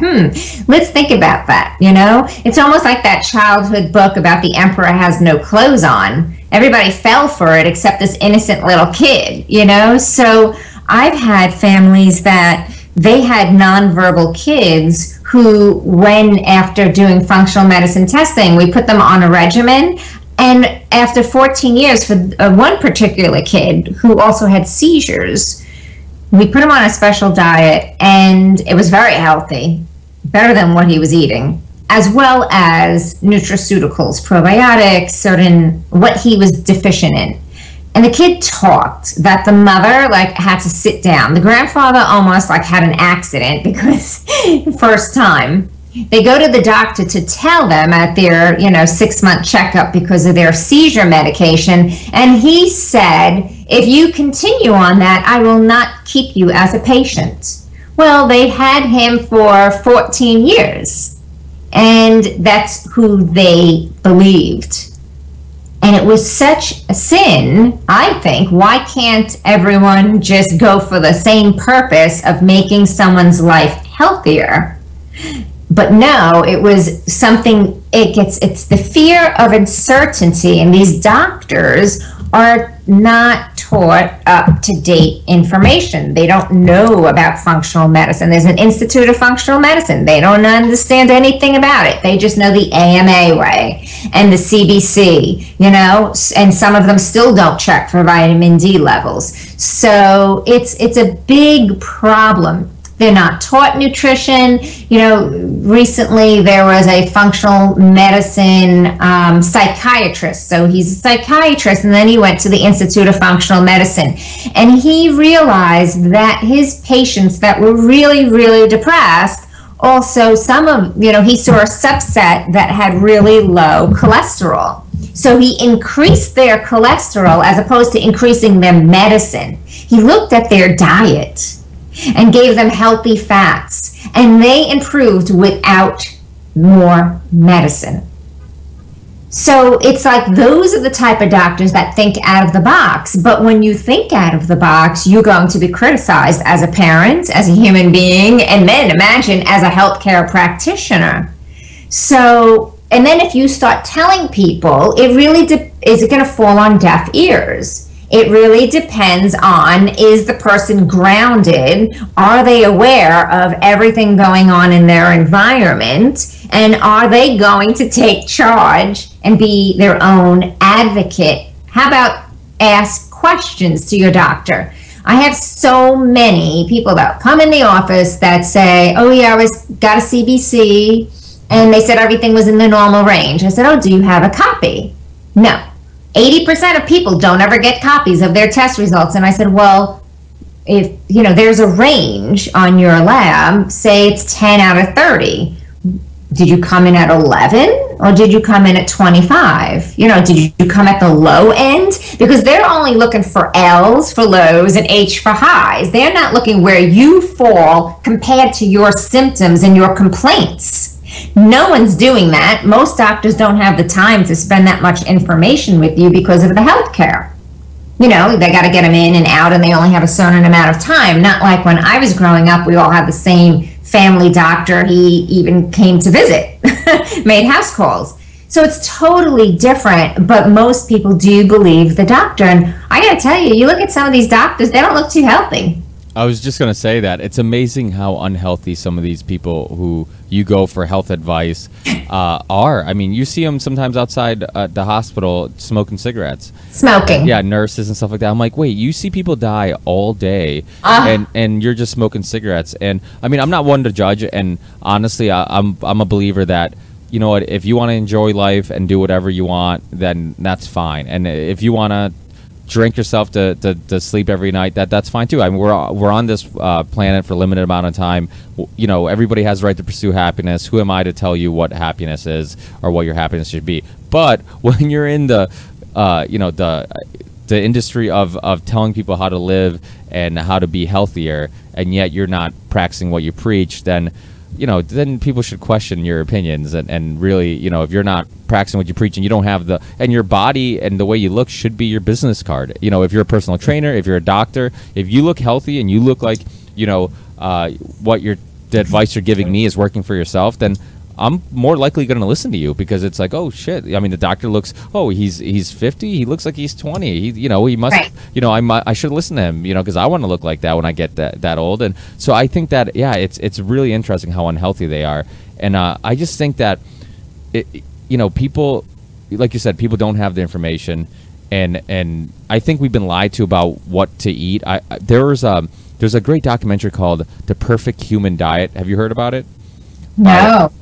Amazing documentary. It's called by C.J. Hunt, and he goes into basically and he had medical issues, and he goes into basically just researches, and it's probably one of the most informative documentaries about the history of what we should eat, what we have ate, and how our body reacts to it, and it's just really interesting. And they talk about how in one part of the documentary they talk about how this guy was doing research for a book, and he was talking to farmers about to see the book that they have, the feeding book, to see how to fatten animals, and just seeing like, okay, well, what's the feeding guide, the best way of fattening up animals. And they looked at it, and they realized it was almost identical to humans' food pyramid. And you're thinking of it, okay, why do we have this epidemic of obesity? Probably because the idea that when I was a kid, they told me that most of my diet should be grains and carbs is fucking crazy. And they also talk about how before agriculture, how there's almost no evidence of arthritis, because, and which causes, sugars and carbs and all this stuff causes inflammation, which ends up causing arthritis. Are you familiar with Mark Sisson? Mm-hmm. Yeah, he's another one who talks about this. He has the something blueprint diet, but he's right. The primal blueprint, yeah. Where do you? So let's transition from kids, because anybody who doesn't have kids probably stopped listening a long time ago, and let's transition a little bit to adults. So first, I'd like to, if you have, because my son, like I said, is almost a year and a half. One thing I've noticed is that almost everything that's baby food, packets, everything is high in sugar, and I got into the ketogenic diet a couple months ago and really got into, and I realized that it was a bunch of information that I've I've gotten throughout the years, and I think we've talked about last time you're on the show about how fats aren't bad for you and all this stuff. And the ketogenic diet really is just, I mean, it's a diet that you end up getting if you really look at the real information and what you should be eating. And so what would you give a child, who's a year and a half, a toddler who's maybe 2 years? Because it seems like if you are on the go and you have to give him snacks or whatever, most of them are grains. Most of them, all those puffs and stuff like that are all, grains and stuff like that. Or it's packets of, even if you get organic packets, most of it's fruit and has 24 grams of sugar or whatever, which is basically cocaine to a kid if you give it to him. What is the best option? Do you try to feed him the same things that you feed, that you eat yourself, and which is probably a good thing, because your kids, if you're eating healthy, your kids eat healthy. I always say, your kids aren't born knowing how to eat. They learn from their parents, and usually if you see fat parents, you see fat kids. But so what would you recommend giving to, if somebody who's listening who does have a 1-year-old, 2-year-old, 3-year-old, what is the best foods for their brain to develop, for them physically to develop? What would you recommend? So you definitely want to do this as a family, because you don't want to feed them one way and you eat another way, because that wouldn't make sense, right? So healthy meats, if one is not a vegetarian, healthy meats are fine. And when I mean healthy meats, I'm talking about grass finished meat. So the animal ate grass from the beginning, and it died with grass in its belly. Yeah. You brought this up last time. On my show, you brought this up, and I felt so smart, because every time people talked about it, I always bring up, I'm like, yeah, but is it grass finished? And people are like, what the hell is that? And it's amazing how nobody knows what that is. And it's terrible because it's misleading in the stores. I mean, even Whole Foods will say grass-fed. And, because my husband's like, why am I buying cases and cases of grass, the meat that you want? I said, because you're going to, and my husband's in the meat industry. He works in Hunts Point in the meat industry. And what goes on there is crazy. So I said, you're going to go over to the butcher in Whole Foods, and you're going to ask him if that grass fed is grass finished. Now go ahead and you do it, man to man, butcher to butcher. You go talk to him. And he's like, he asked, and the guy's like, no. So he comes back, he's like, you were right. I was like, yeah, you know what? Before I give my kid anything, I'm going to make sure it's healthy. So if you're paying a premium for grass fed, the last 2 months, they're going to give that animal corn and soy. And you mentioned this before about obesity. So many people will say, well, I eat popcorn as a snack. I'm like, yeah, well, that's the same corn that they're giving to cows to fatten them up.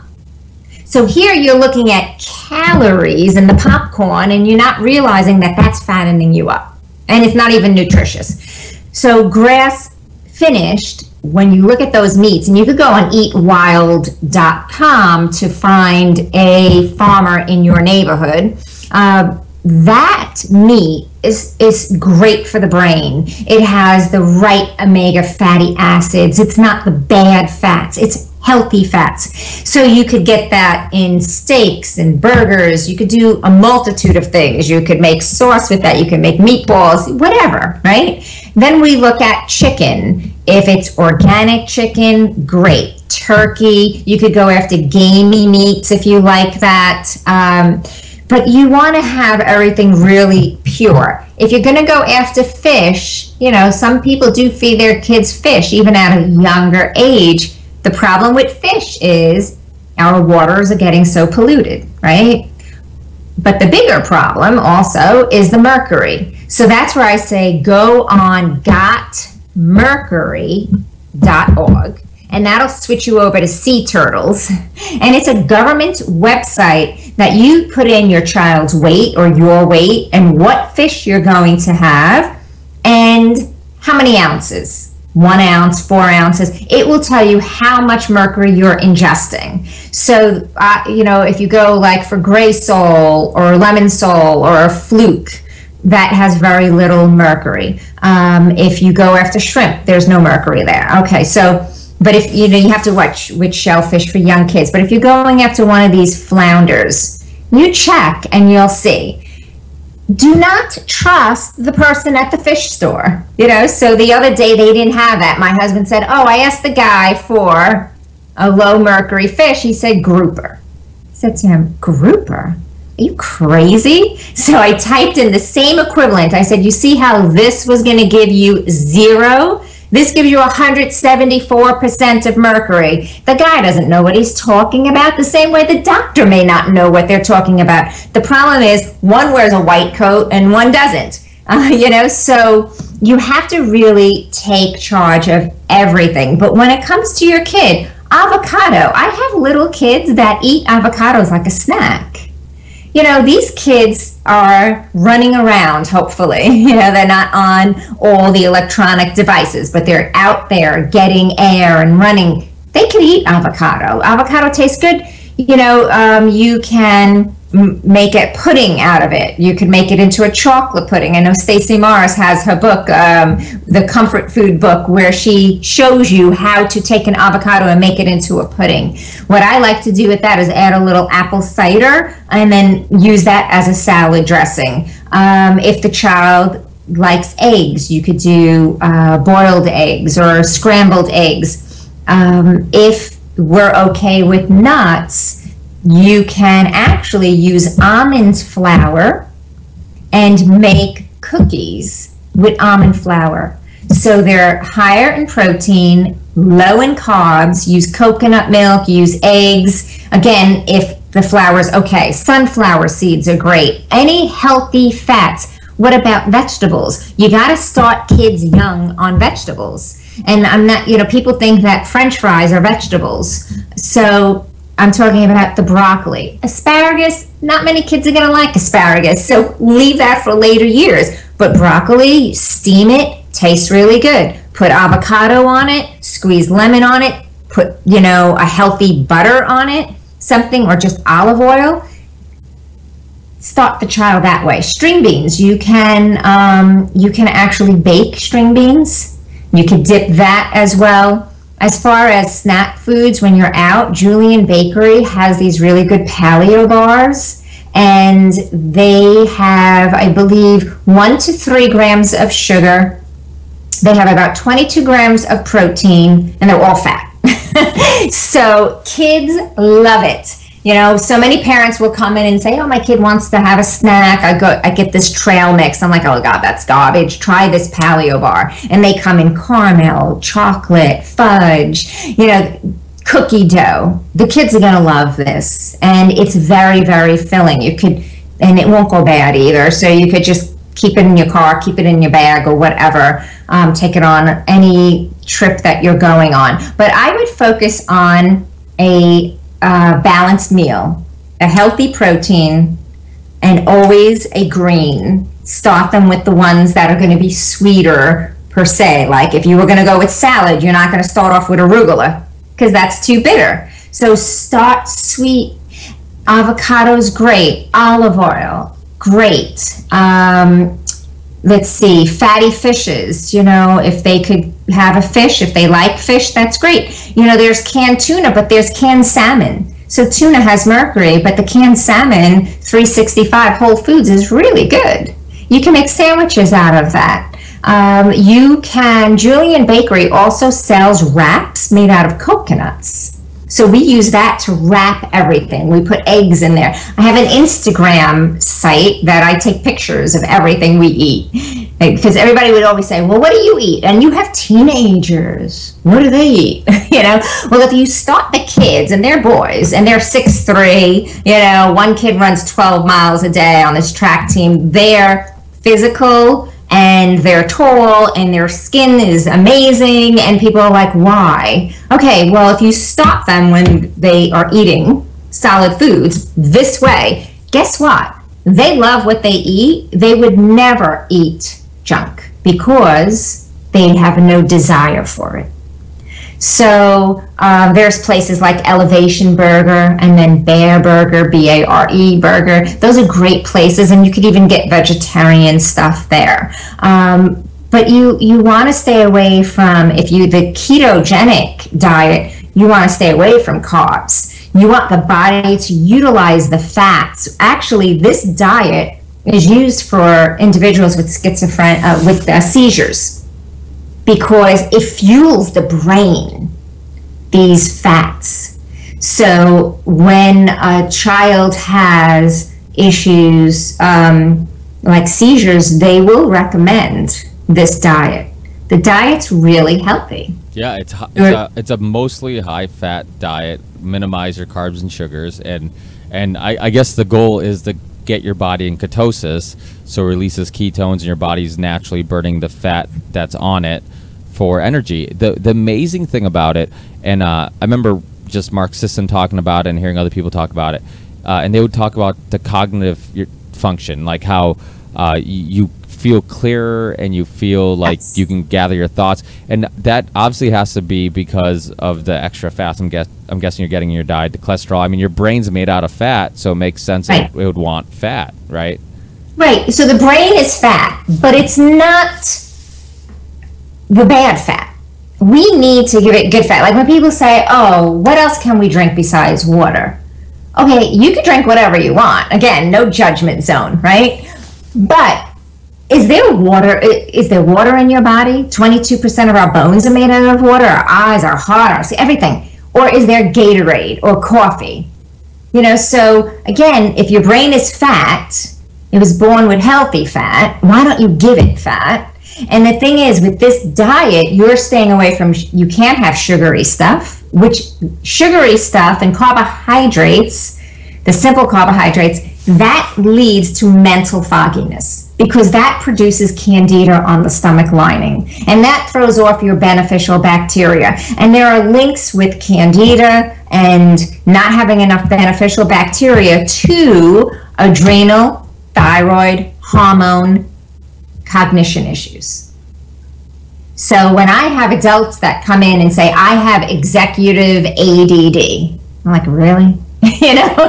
Really? Or maybe they do. Let's find out. Let's do a test. Let's do some tests. And let's look at the diet. Change the diet. So this diet, the foods to avoid, if you think about every food that you have to avoid, you're avoiding anything sugar-free, anything with sugar. So the sugar-free is chemicals. The sugar is no good. You're avoiding alcohol. You're avoiding unhealthy fats. You're avoiding beans, legumes, right? You're avoiding root vegetables because that's going to turn into sugar. You're avoiding grains and starches. I mean, there's a whole book about the grain brain, which is a really good book that even shows not only autism, but Alzheimer's. And Alzheimer's is prevalent here in the United States, and you wonder why, and then you go to assisted livings and nursing homes and rehab centers and look at the garbage that they are putting on the plate. They are not helping those old timers. They're not helping the elderly with the mental health. They're making it even worse. So there's an epidemic on both ends. For the younger, we call it autism, and the older, we call it Alzheimer's. So if you stay away from all these different foods and now you give it all the healthy foods, I mean, your body you probably have more energy, you're going to lose weight, you're going to be leaner, and you're going to have mental clarity. We are what we eat. We are what we absorb. And our stomach and our brain are all connected. I would go far out to say our mood, depression, and all this, yes, we can make it better with the right diet, with the right fats, with the right environment. There's so many. The way we eat goes across all conditions. Yeah, and the thing about the ketogenic diet is that it's not that hard of a diet to do, because you're not cutting out absolutely everything that's delicious. You can still have, I love animal fat, so I've always liked pork and steak and stuff like that, and you can still have some cheeses and right. So it's and I love sausage, and my parents smoke their own sausage and stuff like that, so I love that type of stuff, so I still get to eat all that stuff. And it's amazing also how it curves your appetite. Like, you're just not hungry. Like, right. You don't realize that, like, the spike of insulin and that sugar, how it affects you, and it makes you want to eat more even after you eat. And first it makes you feel like crap, then soon after you're hungry again, and it's just this vicious cycle where I remember when I first got on the ketogenic diet, I really got really strict with it at first. And I remember one day I woke up and I always ate breakfast. I'm just like, I'm not hungry. Why would I eat? I'm not even hungry. And I would go the whole day without barely eating anything. You know, I'd eat some nuts, and then I remember at lunch I had like some sausage and some cheese, and I'm like, this is awesome. I'm like, this is my diet. I'm like, I'm having, you know, a fatty sausage, and I'm dieting, you know, and it's amazing. And so there's huge benefits, and it helps with joint pain, and like we talked about arthritis. It helps with your cognitive function, and so what personally, what's your diet more look like? Would it go under the category of a ketogenic-ish diet, or would it be more something else? So, you know, in the morning, I'm cooking like 5 hot meals, you know? So I do a steak and broccoli for one of my sons, and every morning, and he's the runner. So that's for breakfast? That's his breakfast. Okay. He has grass finished meat, obviously. I don't know if he has any body fat on him. And body fat doesn't determine if you're healthy or not, right? But he's really, I mean, so they run 3 businesses, right? They teach a camp at Fordham University every July, and they sponsor underprivileged kids to identify their passions and knock down their fears and learn how to take an idea and turn it into a business. And they also learn business principles if they don't want to be an entrepreneur, these students, and they want to be the best employee at a company. They do presentations, all that. So they run that. They also run social media. My guy that I make the steak for, he wrote 15 books available on Amazon, all about digital marketing. So they have been, you know, they talk, they presentations, they're in the social media world. They have friends, you know, they're very balanced. Who's a Boston fan, who's a Met fan. We go to like 40 games every season. And how? Why are they such thinkers? I believe, there's no study on this, but I believe it's because when they were little, they were fed a certain way. And wherever they had any deficiencies, they were given nutraceuticals to boost that area up so they were balanced. So for him, we go with the steak with the broccoli.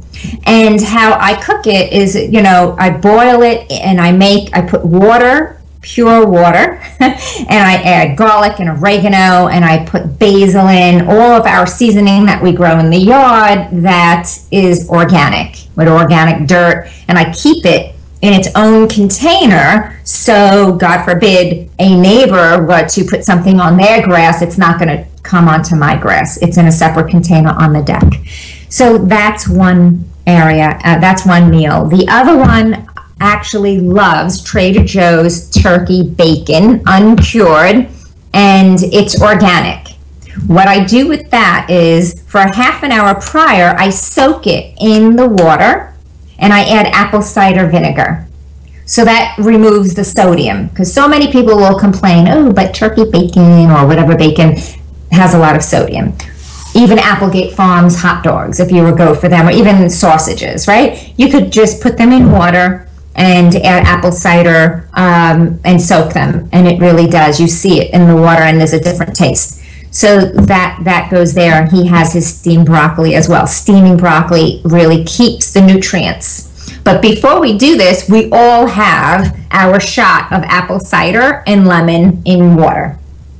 So I squeeze lemon and I put apple cider and I put 3 glasses out. It's like, that's our first thing we go with, 3 probiotics, because I really believe everyone should be on probiotics, even newborns. They have ones for newborns. Very important to keep the beneficial bacteria. Studies come out all the time, and doctors are actually now promoting them.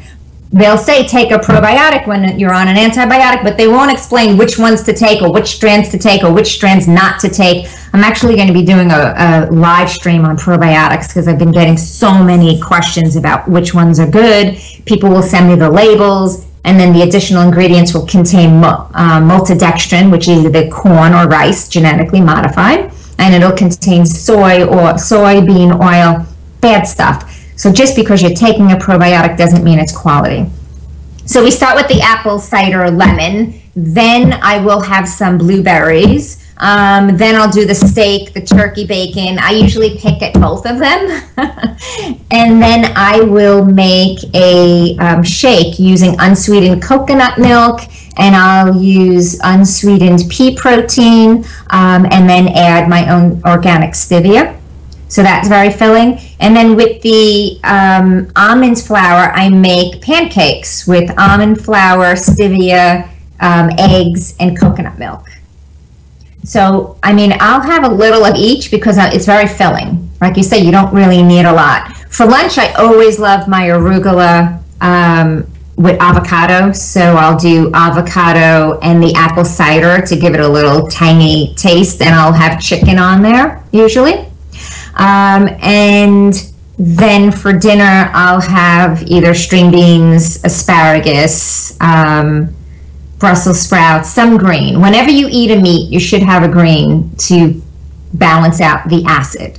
And that's, and then I'll go for a snack. I mean, if you have avocado, you get very full. So for a snack, you could always have some, the Julian Bakery has paleo chocolate bars, which are 90% cocoa.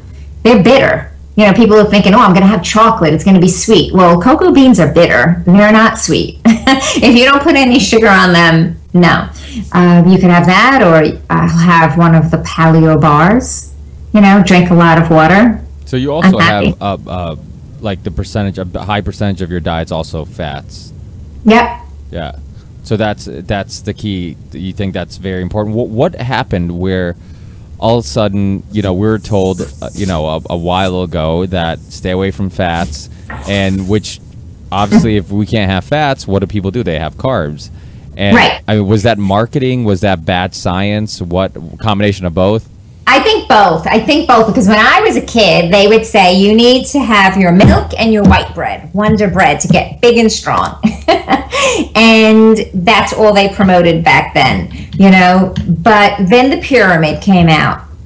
And when the pyramid came out, people, I think, just went ape crap. And they were like, oh, I got to have how many servings of bread and muffins and this and that.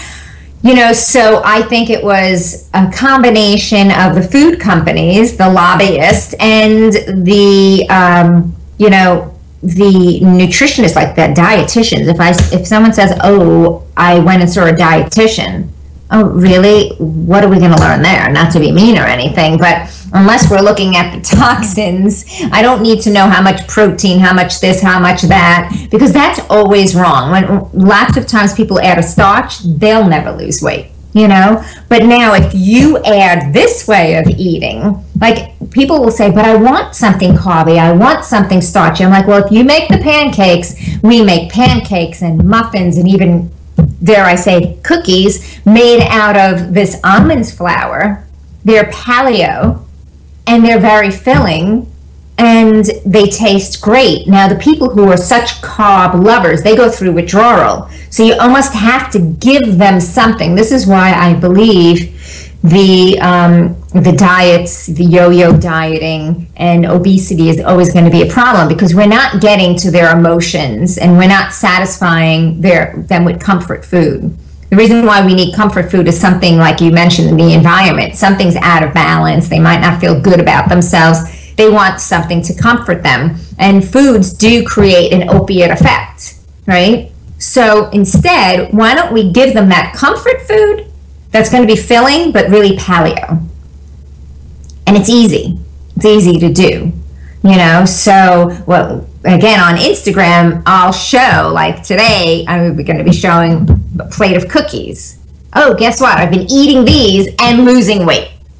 Well, I think there's a book called Eat Fat, Get Skinny. And, I tell people about that title because it sounds silly, because it goes against everything we've been told.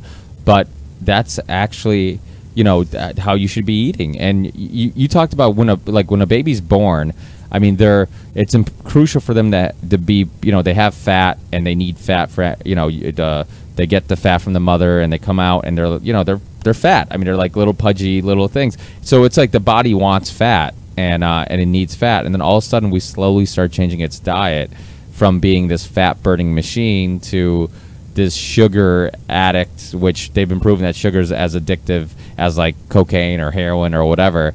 And so yeah, I mean, that's it's hard, because I think, like, even my mother, for example, you know, the last couple of times I've ate at her house, she's, you know, I'm staying away from sugars and this and that, and eating more fat.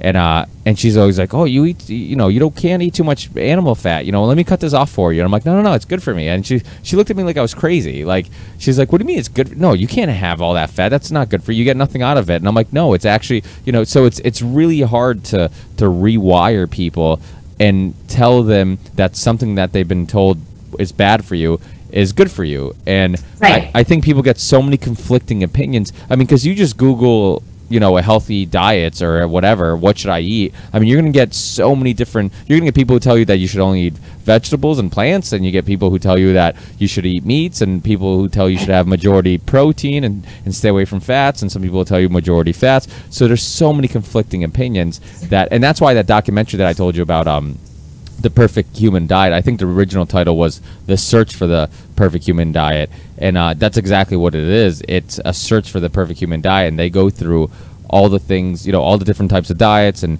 they go through, you know, the pros and cons of being vegan and vegetarian and all these things, and really break down. I think it comes to the conclusion that you should be eating similar to the way you're eating, you know, probably a little mixture of everything. And but I think this idea of having these low-fat foods is just, it's completely wrong, and I think it sounds silly, you know. So and I think the thing what you said was really important, comfort food, because I think that's a huge struggle for people, is that some people do use food as their, you know, it's their, if they don't drink it, food's their, what makes them. My mother's not a huge drinker. My dad's a drinker. He doesn't have, you know, he makes wine every year. He doesn't have a sweet tooth. My mom's not much of a drinker. She has a sweet tooth. They're probably both getting the same thing from those different options. You know, one wine makes them feel good. The other one, you know, dessert makes them feel good. So I think having those comfort foods, the fact that you can eat healthy and yet you're not completely suppressed of anything that's tasty, or cookies or pancakes or anything that's delicious, I think is really important. It is, because once you feel deprived, nothing's going to work, you know. So I'll have people that say, oh, I have to go to my son's bar mitzvah, or I have this wedding to go to, or I have a 25-year, you know, school reunion, and they are motivated by that. So they'll lose weight. But once that motivation is gone, they'll lose weight, but they don't know how to eat. So now they hit their target, and now all hell breaks loose, and they regain it. And they go to these, you know, I've had one woman 4 times now that she goes, oh, how's this company for their detox? I'm like, when do you want to learn how to eat? So then I sent the pictures of the cookies, of the muffins, of this, of that. I was like, go to my Instagram. I'm eating that, and I can't gain weight, you know? And I don't work out like an animal. So, you know, I'm more into like a Pilates, a stretching.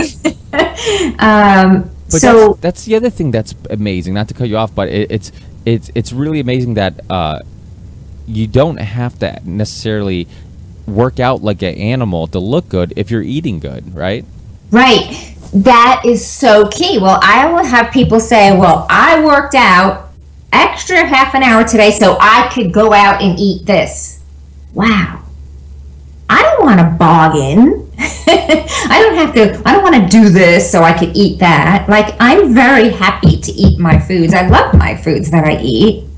And I don't know. I don't calorie count. I don't count grams of fat. I don't do any of that. And I eat when I'm hungry. I don't like you said, you woke up, you were like, I'm not hungry. Why am I going to eat?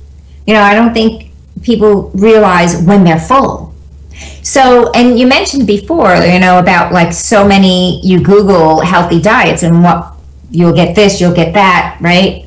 So what I did notice was there was a book written about like eating all these different fats. And I had like 3 women come in and they're like, I followed this book, and it was the same book. And I followed this book and I didn't feel good. So it's interesting because we're all wired differently, what we could break down. So we did the organic acid test, and all those 3 women that didn't feel good on that diet couldn't break down fats. So I found that interesting, a fatty acid oxidation issue inside their body. It was healthy fats, but they couldn't break it down. So in that case, their body doesn't have enough lipase, the digestive enzyme to break down fats. They add in the lipase, and they then got the benefit for what they were trying to achieve. They were really doing it for their skin. They wanted their skin to be softer, their hair to be shinier, and they didn't want to put on stuff on their skin or their hair. They wanted to come from within. But if you can't break down protein, or you can't break down the lipase, you know, that's where I believe in a few things for everyone, is the probiotic and definitely a digestive enzyme, because we're born with 2 sets of enzymes, one metabolic to keep our body going, our organs going, the other for food. When we see a colicky kid, we look at their environment, like you mentioned, and we also look at do they have digestive enzymes? Well, let's give them an infant digestive enzyme, and their colicky usually goes away. Now, if it's strictly from stress, we got other issues going on. But could it also be that if a pregnant woman is stressed out, could it be that she's not then going to produce enough digestive enzymes? You know, when the body is stressed, you're not going to produce 100% effectively. So we're going to pass some imbalance on to that child. When we see a lot of elderly people, if they say they have acid reflux or their esophagus, something's not right, they tried everything, whatever, they usually need a digestive enzyme. As you know, again, we always go back to diet. It's so funny because even a neighbor came by and he said, I've been to so many doctors, the best doctors in New York City, and I can't get rid of this pain when I eat. And they told me to stay away from this food, that food, that I can't. I'm Italian, I can't stay away. So I said, yeah, do me a favor. For the next 7 days, write down everything you eat. From the minute you wake up, from when you go to bed, when you stop eating. I want to know how you felt. When did the pain start? This and this and that. The clues are there. Just do a food journal. You don't need to go to another doctor. If you want, you could run this urine test. But before that, do this. Do you want to know something? How many people, if I told 100 people to do that, how many people you think would do that? To write down everything they eat for 7 days. I would think if you really want to change and if you don't feel good, then, I mean, it seems like a pretty easy thing to do. I think most people would do it, right? No? Very few do it because they have to take charge. They have to take ownership. So would it be like because they would be looking in the mirror and actually, like, they can't deny the fact they eat like crap. They'd have to actually see, like, holy crap, I'm consuming a lot of calories. I'm eating a lot of stuff that's unhealthy. I think Tim Ferriss, in one of his books, he recommended taking pictures of everything you eat. And that way, you know, I guess it's an alternative from writing things down and go back and look at it, because you'd be really surprised of sometimes, you know, what you're eating, and it would provoke you to maybe not eat so poorly, because it would make you look at, like, oh my God, I can't believe I ate that. Oh, and then I snacked on that. And then you know, so, right. You know, it's probably the same. I mean, I'm guessing it comes to the same conclusion, same type of thing. You're writing it down or taking pictures of it. It's making you actually realize the diet you're on, or the lack of diet that you're on. And you have to then make a change. As opposed, if I go to a doctor and he gives me a pill, I don't have to change a damn thing, right? I just got to take that pill. I don't have to stay away from this food or that food or this food. I could just take that pill. You know, I've had some people come to me and say, listen, this is how, again, everybody knows I don't judge. You can say whatever you want. I take these type of things. I do this recreational stuff. I do this. I don't want to change anything. How can I feel better? What can I take? Oh, dear. Yeah, that's so true, because that's why those diet pills do so well, because somebody will be like, oh, you know, lose this amount of fat or whatever taking this pill, and people are like, okay, if I take this pill and I change nothing, then I can lose weight. And I had a good friend of mine who had a vitamin store for a long time, and he's awesome. Like he's like my doctor on call. Anytime I had any issue, I'd call him, be like, hey, what's the alternative, the natural alternative I can use? And he was so knowledgeable, so he would always give me suggestions. And but I would be there sometimes talking to him at the store, and people would walk in returning a pill. They say it doesn't work, and a lot of times he doesn't want to argue, so he'll just be like, okay. But he'd ask some questions like, oh, have you been eating better? Have you exercised? Because the pill on its own won't do anything, you know. And they're like, yeah, I've been doing all that, you know, but it just nothing happened. And after they left, you know, me and Bob would look at each other and be like, you know what, he didn't change anything about what he was doing, or she didn't change anything about what she was doing. She was just probably eating the same way, or in some cases, because you went to the gym and you're taking this pill, you might assume now I can get away with eating a little worse. And you're expecting to take this thing and just all of a sudden you're going to be a fat burning machine, you know. And so it just, nothing works on its own. And it's funny because I've gotten away from I used to mess around with supplements a little bit, and even now it's just like I get everything I need from food. You know, even protein powders I stay away from. It just, to me, it's just like I enjoy eating too much that it's like, why consume calories and get protein from a powder when I could just eat a steak or something that actually tastes good and I can enjoy, you know. So. And you need to chew. You know, so when people go on these diets that just require liquid meals, you know, this is a meal replacement, they are not satisfied because they're not chewing. Your brain's not getting the signals, right, that you're eating. Yeah. You're just drinking, so you're going to get full, but you're going to be hungry afterwards. You know, I knew one woman who did one of those. She used to chew the inside of her mouth just to chew. She was all sore. And I was like, oh my God, this was for her own wedding. And I was thinking, really? Is it that worth it? It's funny. That's true, because I remember I actually read somewhere that if you chew, your body gets a signal that it thinks it's eating. So when I used to do protein shakes for meal replacements, I used to chew gum afterwards, hoping that I wouldn't get hungry quite as quickly. And but you're right. I mean, it's really important to go through that whole process. And there's just going to be things that are going to lack anyways. I mean, you eat food, chances are you're not just eating steak alone. You're going to eat something with it. So you're going to get different types of nutrition, different types of things.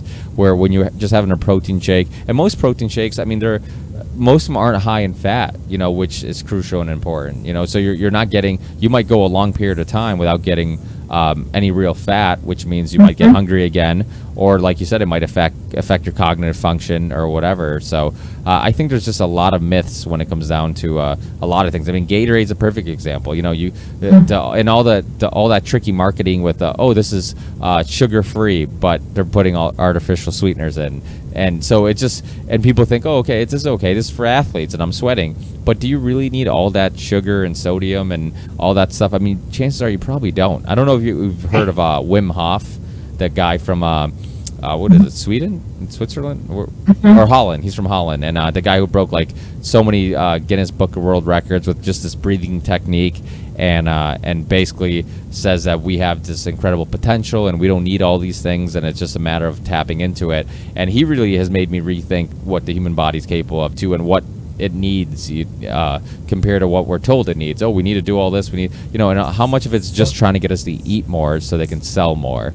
And exactly. I mean, on 60 Minutes, they showed how there are scientists graduated from Cornell nutrition program, and they're making these liquid chemicals, and they're like, oh, you know, like when you get chicken soup and it has chicken flavor and then natural flavor, it doesn't really have chicken in there, but it has this liquid. And then the reporter smelled it and he's like, oh my God, it smells like chicken soup.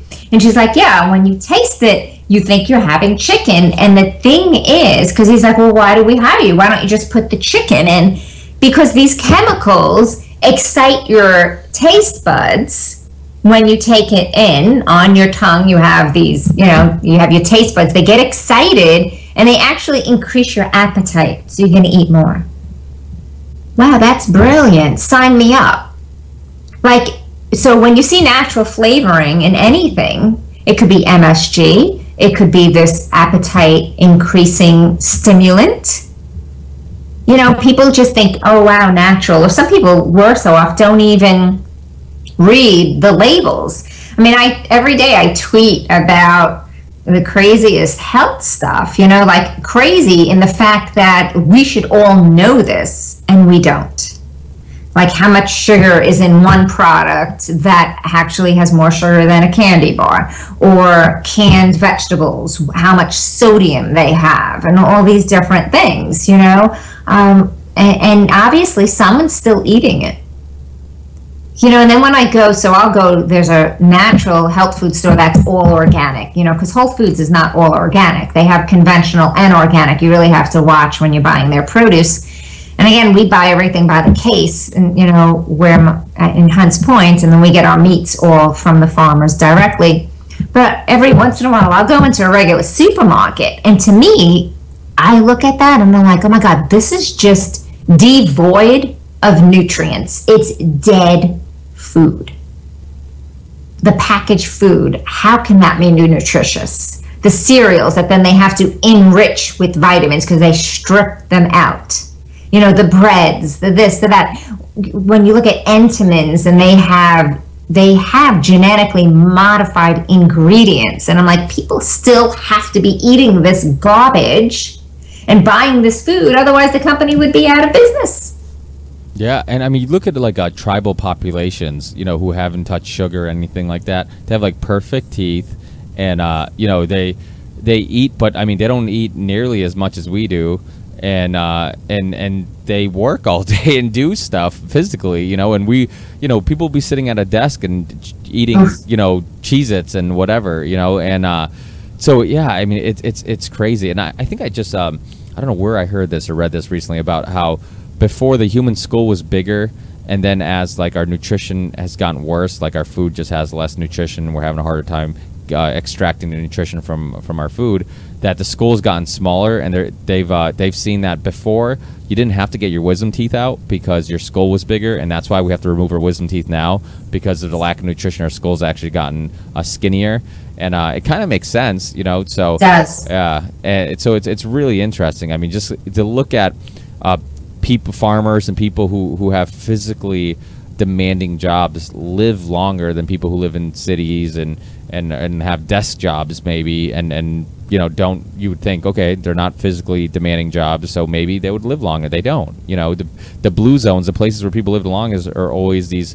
rural places where it's farmers, where they're growing what they. I mean, my parents, luckily, they still think they're in Portugal, so they still have chickens and stuff like that, and they have they grow a lot of their own herbs and vegetables, and so I get all my eggs from them, and it's awesome, you know, because it's just I know that those animals are eating what they should be eating, and you know, the fruit or the vegetables and stuff like that are being grown the way they should be grown, with no you know, Roundup or anything on it. So and you look at my father and my mother, they're active as heck, and they're in their mid 50s or late 50s, and my dad has more energy than I do, you know, and it's amazing. It's amazing to really think about it. So I think there's something to it. You know, we have to start to rethink the way we're eating. And I think that, you know, for better or worse, because organic has gotten so popular, more people are getting involved in it. More companies are getting involved in it. I mean, I don't think their intentions are pure. I think it's strictly just financial. Like, hey, this is popular. This is a trend. We can make some money off it. But for the consumer, it might be a good thing because we end up having more options. I know, like Stop and Shop has Nature's Promise, where everything they have is organic, so it makes it easy to find an organic option.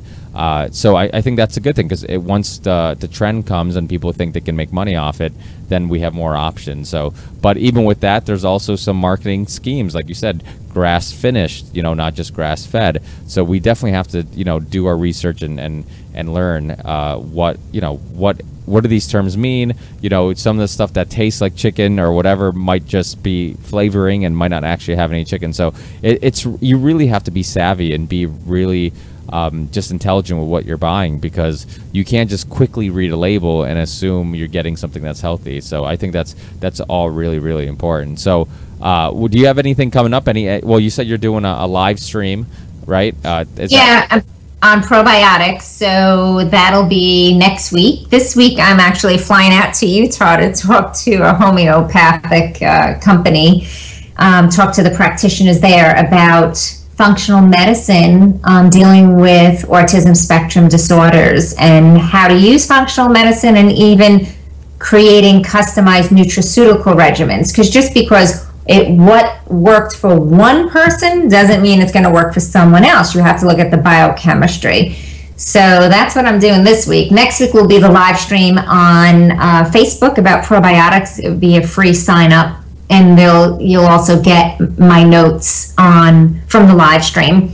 If anybody wants to connect on Twitter or Facebook, I put posts there every day. If you want to see what I'm eating and my family's eating, that's on Instagram. What else? Then there's some membership sites coming up. Once a year, I do my 9 steps to a healthy living program. And it's just not eating, it talks about really 9 steps that I've seen for the 16 years clinical research, what it takes to really live a healthy lifestyle in what areas. And buyer beware and consumer savvy is one of them, from sunscreen to makeup to food to what we clean our house with, besides what we put on our body and in our body. But I only offer that once a year because there's one-on-one work. I give everybody assignments. I want them to get progress through the program. Sometimes you go to conferences or you buy certain training courses and you don't implement. And that is failure, right? So I want to empower people to implement.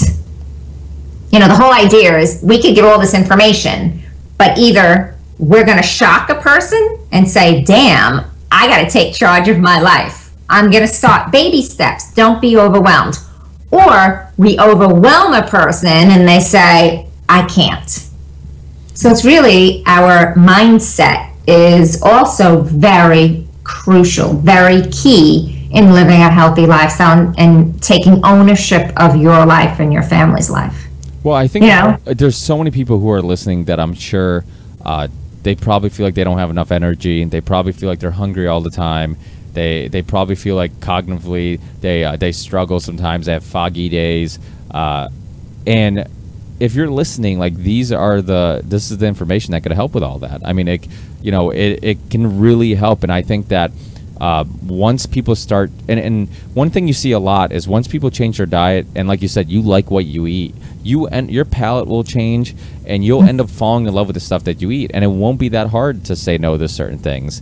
And right. And like you said, baby steps, because I think another reason why diets don't work a lot of time is maybe because they try to change everything too quickly. Like, I'll meet people and they're like, oh, I just completely stopped doing sugar. And I'm like, you used to eat sugar like crazy. Like, that's never going to work, It's like you should slowly, maybe take the sodas out of your diet then and just let your body slowly adapt to how you're eating now. And so I think that's another really crucial tip is just, like you said, take baby steps and work your way to it. You don't have to do a full transformation in 24 hours.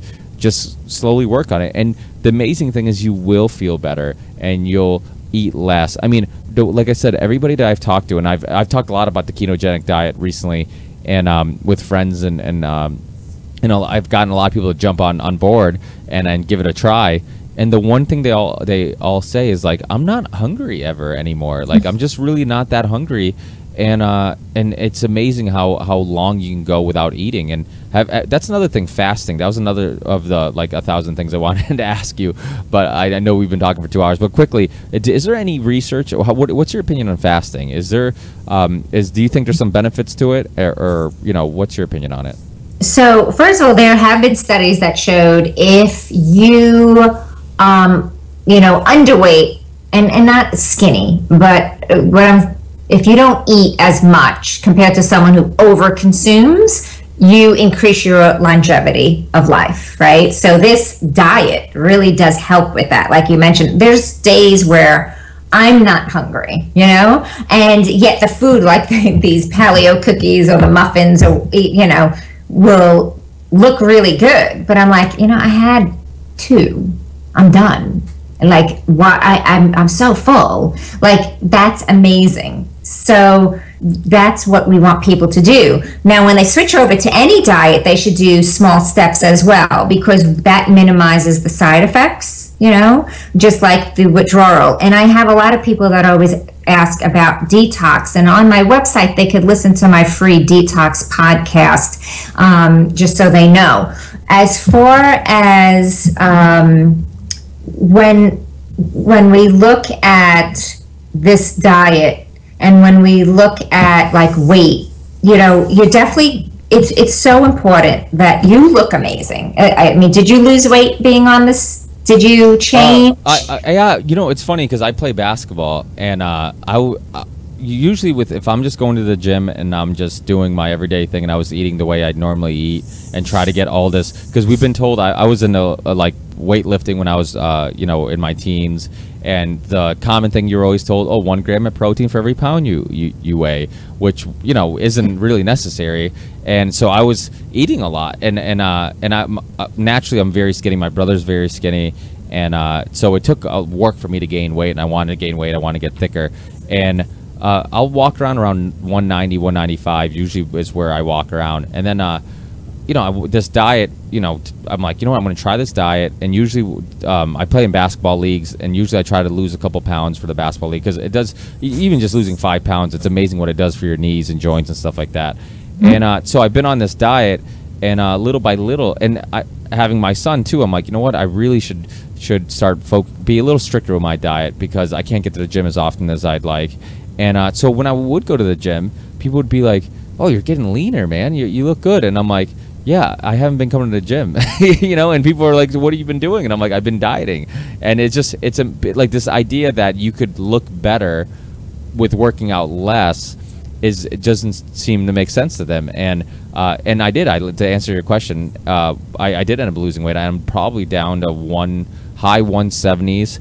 Wow. And it really took very little effort. And usually I'm pretty good with it. I'm pretty disciplined. Anybody who's diet or exercised or played sports, that's a nice thing about doing those type of things, is you learn discipline. You learn that if I put my mind to it, I can eat, you know, certain things. I can suppress myself from eating other things.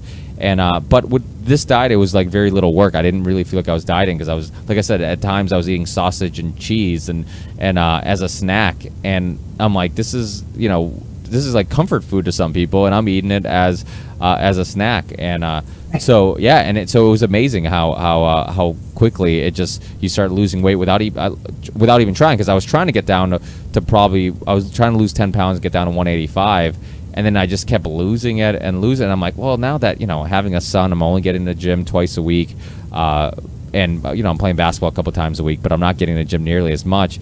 I'm probably not going to keep losing weight. And then I'm like, one day I weighed myself at the gym recently, and I'm at like 177, 178, and I'm like, what is going on here? I'm like, you know, I'm not going to the gym as much, so I'm not quite as active. I mean, I work construction, so that keeps me busy too, but still, you know, you figured I'm losing more gym days, I'm gonna gain weight. And right. And I wasn't. So it's just, it's pretty amazing. Like you said, like, you know, it's not like you're doing really straining workouts daily to you know, to look the way you do. It's not, you know, people would assume, oh, you must be doing, you know, P90X every morning, you know, and it's like, no, I'm just eating good, you know. So right. I think that's a really, really important thing. You don't have to spend as many hours in the gym, because that's the other thing. Most people will be like, listening to this, be like, yeah, I can eat good, but I still need to go to the gym, and I don't have time to go to the gym. You really don't need that much time to go to the gym. Any stuff you do is just added, you know, it's extra. But if you just focus on your eating, if I've made this example of people, and maybe I'm wrong, you know, let me know what you think. But I've told people, I'm like, if you eat good and you don't go to the gym, you will look better than somebody who eats like crap but goes to the gym and works out, you know, 10 hours a day. You know, and you'll definitely be healthier. You know, so you know, and would you agree with that? 100%. I mean, it's so, when we work out too much, we raise free radicals and we cause oxidative stress in our body. And then just to loop back to your fasting question, you know, when you mentioned that you weren't hungry, like if you're not hungry in the morning, well, that's fasting, you know, and that's a healthy fasting. So there are some people that take it to the extreme, and they'll fast for so long, and they can actually deprive their body and let it think it's in real starvation mode and mess up their metabolism. But with this ketogenic diet, you just eat when you're hungry, and if you're not hungry, you don't eat, you know. So even if there are intermittent fasting, you know, so it doesn't have to be 12 hours, 24 hours. It can happen within the day, and that helps cleanse the body as well and detox the body. And that's why you don't want to eat too close, a meal too close to when you're going to bed, because that time we should let the body heal and restore itself. But it allows for a healthy fasting. And that healthy fasting can also get rid of, like you said, inflammation, arthritis, anything, you know, with IS at the end of it, dermatitis, conjunctivitis, uveitis, candidaitis, all of that will go away. So again, this is really how I believe our ancestors ate, you know. And they weren't working out and doing P90X as well. So I would say everything in moderation is the better way than doing the extreme of workouts and the extreme of fasting and detoxing and even supplements, the extreme of that, and eat this way. If they give it a try and really stick to it, small steps at the beginning, but then go all in, you know, then do it 100%, because 100% is easy, 99% isn't. Meaning, if I dedicate 100% to this diet, it's easier because I know I'm sticking to it. But if I say, I'll do it 99% of the time, then I have to constantly think, am I going to do it this time? Am I not? Can I just have a little here? Can I have a little there?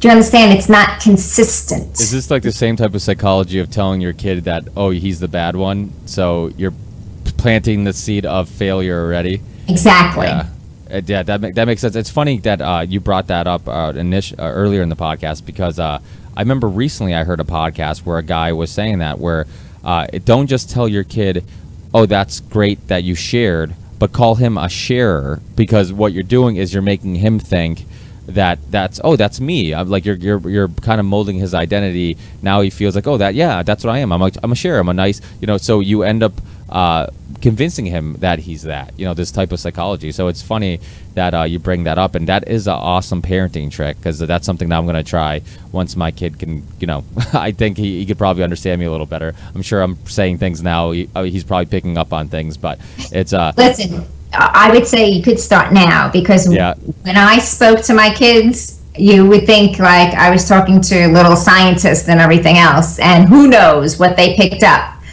But they listen. They get it. And they're sponges. They are. But the other thing is like disciplining, okay? Like, you know, my parents were old school, and, you know, they hit me, and of course they did. I mean, their parents hit them, you know, so it's like you always hope that you do a little better job than your parents, you know. And sometimes I think we're really tough on our parents, and we have to look at, well, what did their parents do with them? You know, they can only learn from their environment and what they were taught, and how they grew up. So, you know, you give them a little bit of leniency on that. But but one thing, you know, so I'm obviously hitting out of the question, even though I have some parents that are like, you know, not even a tap on the, you know, and I'm like, no, I don't want to do any of that. And they're like, oh, we'll wait and see. So, you know, some people believe that's, you know, that it's impossible not to, you know. But one thing I've always worried about is like, when's the right age to start doing some disciplining? Because, you know, at a certain age, all you're doing is probably stressing out the baby, and they're not understanding what you're saying anyways. And, you know, this is a question that I talk to a lot of other parents about, and I think nobody really knows the answer. Maybe there isn't one. But, like, how soon is it to start doing some type of discipline, like telling them no and really trying to get the message across when they're doing something you dislike or you want them to stop? And is there a time where it's too soon, or would you rather start too soon to make sure you don't start too late? So kids are looking to parents for cues all the time, right?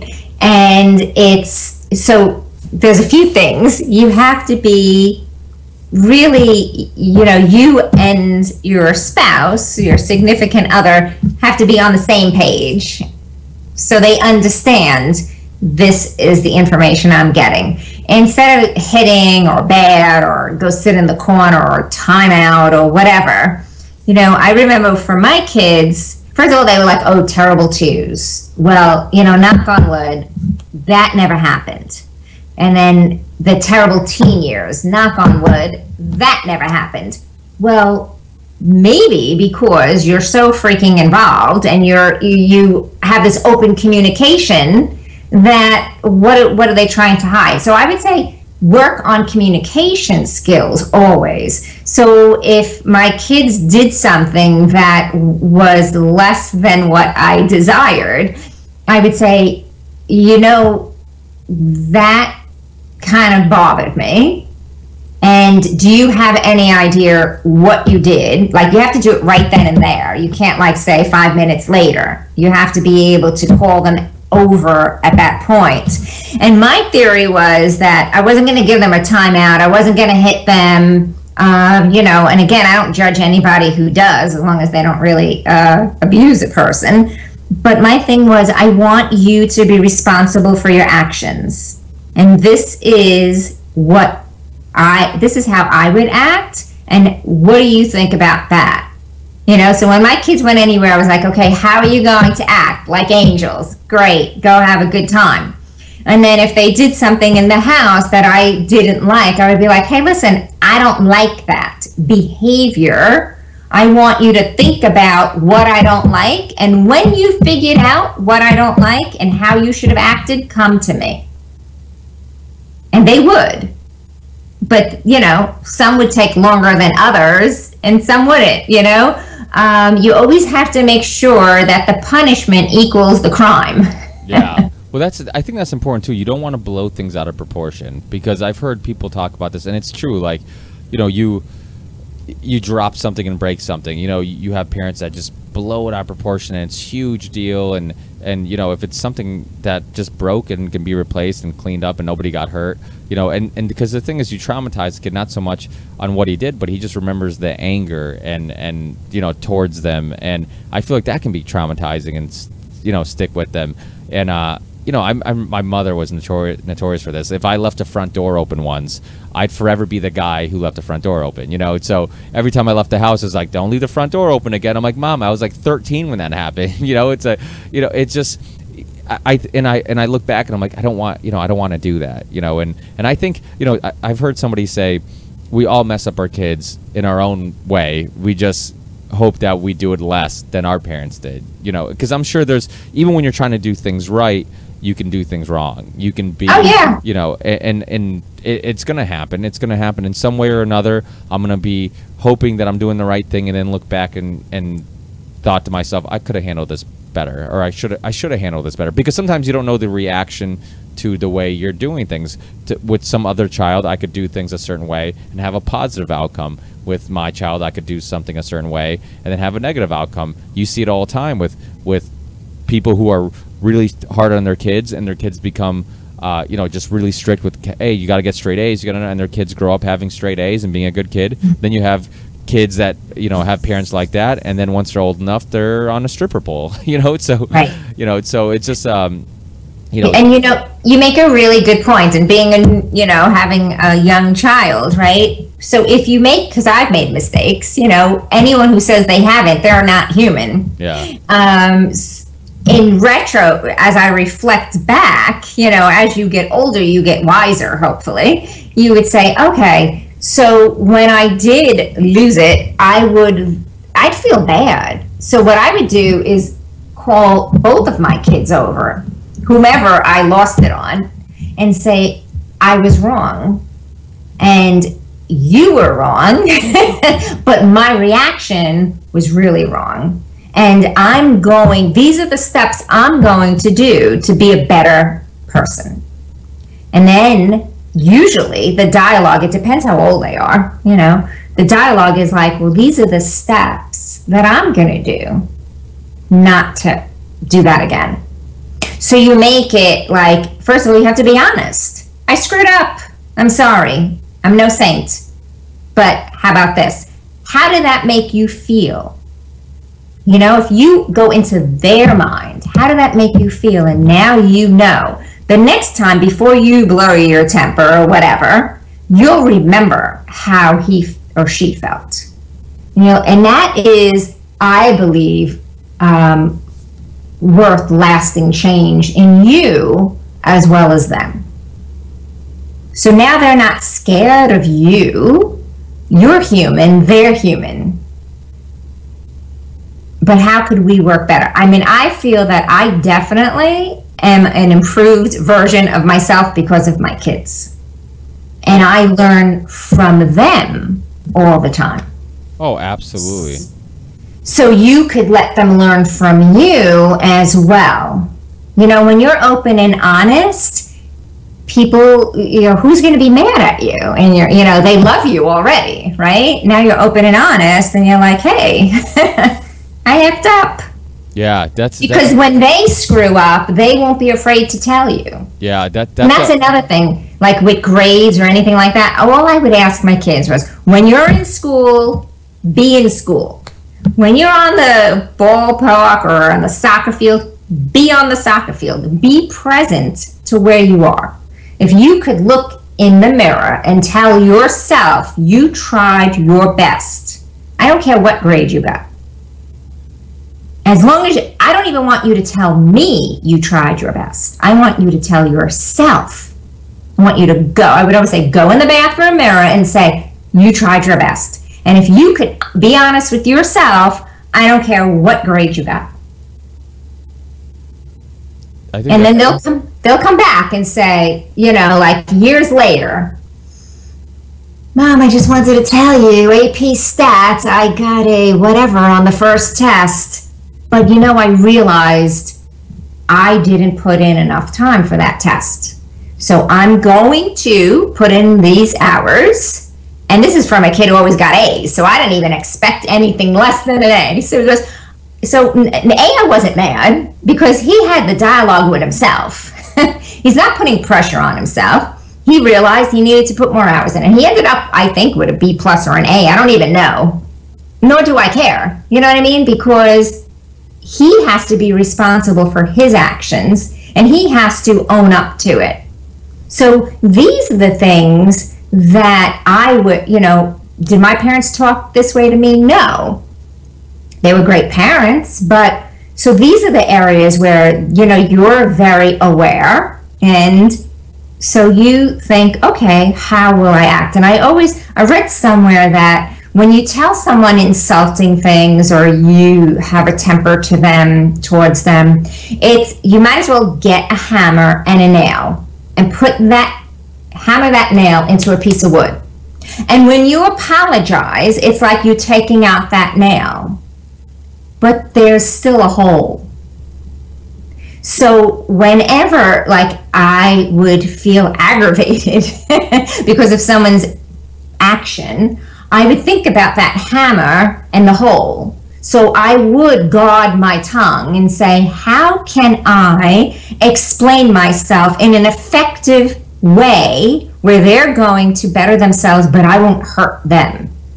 And I won't feel hurt afterwards. You know, the tongue is like a sword.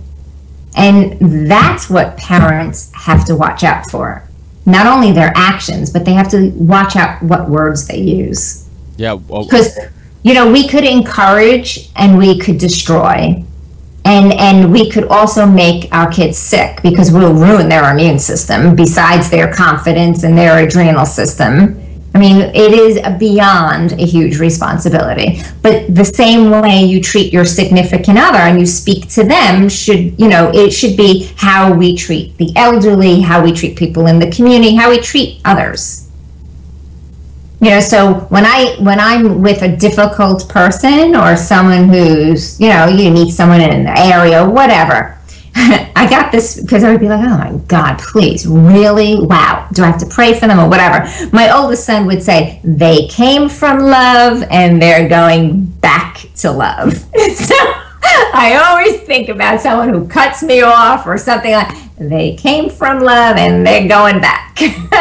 And it's also amazing. I mean, anger and stress, I mean, it takes up so much energy, and it's so much easier to let things go and not let them, and I think we have so much control over the amount of stress and anger we have, because it's all a matter of how you look at things. It's like that old quote, if you change the way you look at things, what you look at changes.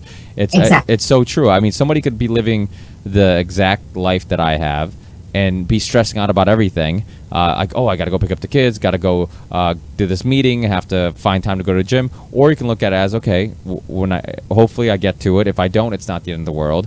And be stress-free. So I think, a lot of times it's not just, okay, well, I have a much stressful life than this person, but can you look at things a little differently? Do you necessarily have to stress about every little thing and every little detail and worry about things going wrong? Understand that, and don't stress about the little things. That's one thing I've always told myself. It's don't stress about the little thing. It's very easy to get mad about something that afterwards you're like, that was so insignificant. It didn't really change much. Things worked out after all. A lot of times things end up working out after all. So it's just, and a lot of people at work, a lot of times they worry about, this or that, I got to get this done by this time or whatever. And a lot of times it's like, you're not going to get fired. Things are going to work out. Don't worry. Things sometimes go wrong. So, and I think that's one thing people don't take in consideration. It's not just the food we're consuming and all the healthy living advice that we've talked about, but just mentally being healthy and being able to look at things. It's like that study of people that were in the hospital who were outside a window where they saw more hospital recovered much slower than somebody who was outside the window they saw nature, and it put them in a better place. It's the placebo effect. I don't know if you're familiar with Dr. Sorno, the Mind Over Back Pain book. Yeah, it's very good. He was like a leading back surgeon who it wasn't making sense to him. He was one of the most, I think famous or popular back surgeons in the U.S., and he wasn't making sense why some people would complain about enormous amounts of pain, and he'd look at their, the X-rays or MRIs, and their back didn't look that bad. And other people had, not very, or very bad backs, and talk about having very little pain. And he's like, well, this isn't making sense. So what he started doing was asking his patients questions like, what's going on in your life? Are you going through a divorce? Are you losing your job? Are you whatever? And the conclusion he came up with was the fact that most people had external stress that internally their bodies were trying to remove at like some weak points in their body. So they found some weak point in their back, and they were trying to basically get rid of this pain through that. And I forget what percentage it was, because I always get my percentages wrong, but I'm sure my listeners are used to it. I'll get you in the ballpark. You can Google it. Everybody has a smartphone these days. But it was like 70% of people, just after talking to them, felt better right after just the verbal conversation before he did anything. They would come in with back pain, and just talking to them and acknowledging that, hey, what could be causing this is, your divorce or your whatever. And so it makes sense. And I have a friend that I remember talking to them about this, and he's like, that makes sense, because he's like, every time I talk to my ex-wife, my back hurts more. And so it's just, I'm sure, hopefully she's not listening. But so I think, that's an important, it's the placebo effect. I think it's something that people don't acknowledge, and we still don't understand. We still don't get how it works, and I think it's really important, because we have to understand the mind and body are connected, and we know that when mentally we feel good, physically we feel good, but the same in reverse is true. When mentally we feel like crap, physically we feel like crap. So I think that we tend to believe that what happens physically has no effect on our mind, or it's not our brain that's having some effect on us physically, but it is, and they are connected, and one does affect the other. So that Mind Over Back Pain book is very, very interesting, and definitely look it up. And I think I'm really intrigued with the whole placebo effect thing, just because it's just something that we still don't get, and I think that it's amazing how the potential of the human body to heal itself, because it thinks it's taking a placebo pill, a pill, when it's really just a placebo. And that's another thing we didn't talk about, but the fact that prescription drugs just have to be better than a placebo, which is pretty insane.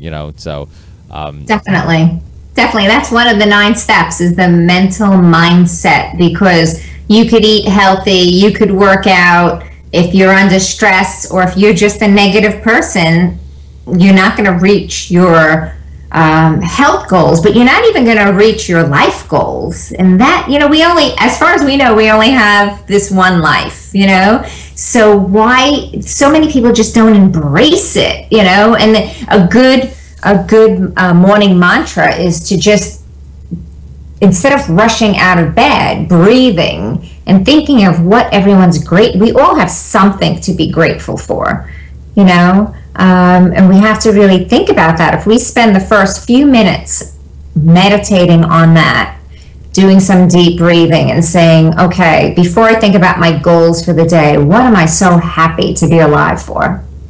And then think of what your purpose and your goals are. And then you want to fuel your body and your mind so you could accomplish all of them. Yeah. It's really lifestyle, and lifestyle is all these components. Yeah, I absolutely agree. I think we spend way too much time focusing on things we don't have and not enough times on things we do have. I see it all the time when I've been to quite a few funerals, unfortunately, of late. And one thing you see is that people will, instead of looking at, and I guess it's hard, it's easier said than done, but one thing I get from funerals is that it reminds me that instead of just mourning the person that we lost, I mean, even though that's a very important part of the whole process, it's even more important to understand that if that person had the ability to still be here, they would want to tell us to, you know what, I can't cherish every moment, I can't go out and enjoy life, you should be doing that. You should be doing that instead of sitting at home being depressed all the time, because you have the opportunity that now I don't have anymore. And I think that's how we all are. You look at somebody, if I walk by somebody who's in a wheelchair and I just think to myself, I'm like, how fucking lucky am I that I can go out and play basketball, that I can go to the gym, and how selfish would it be for me to not do those things while I can, when this person probably wished they were me and they could, and so it's those little things that we take for granted.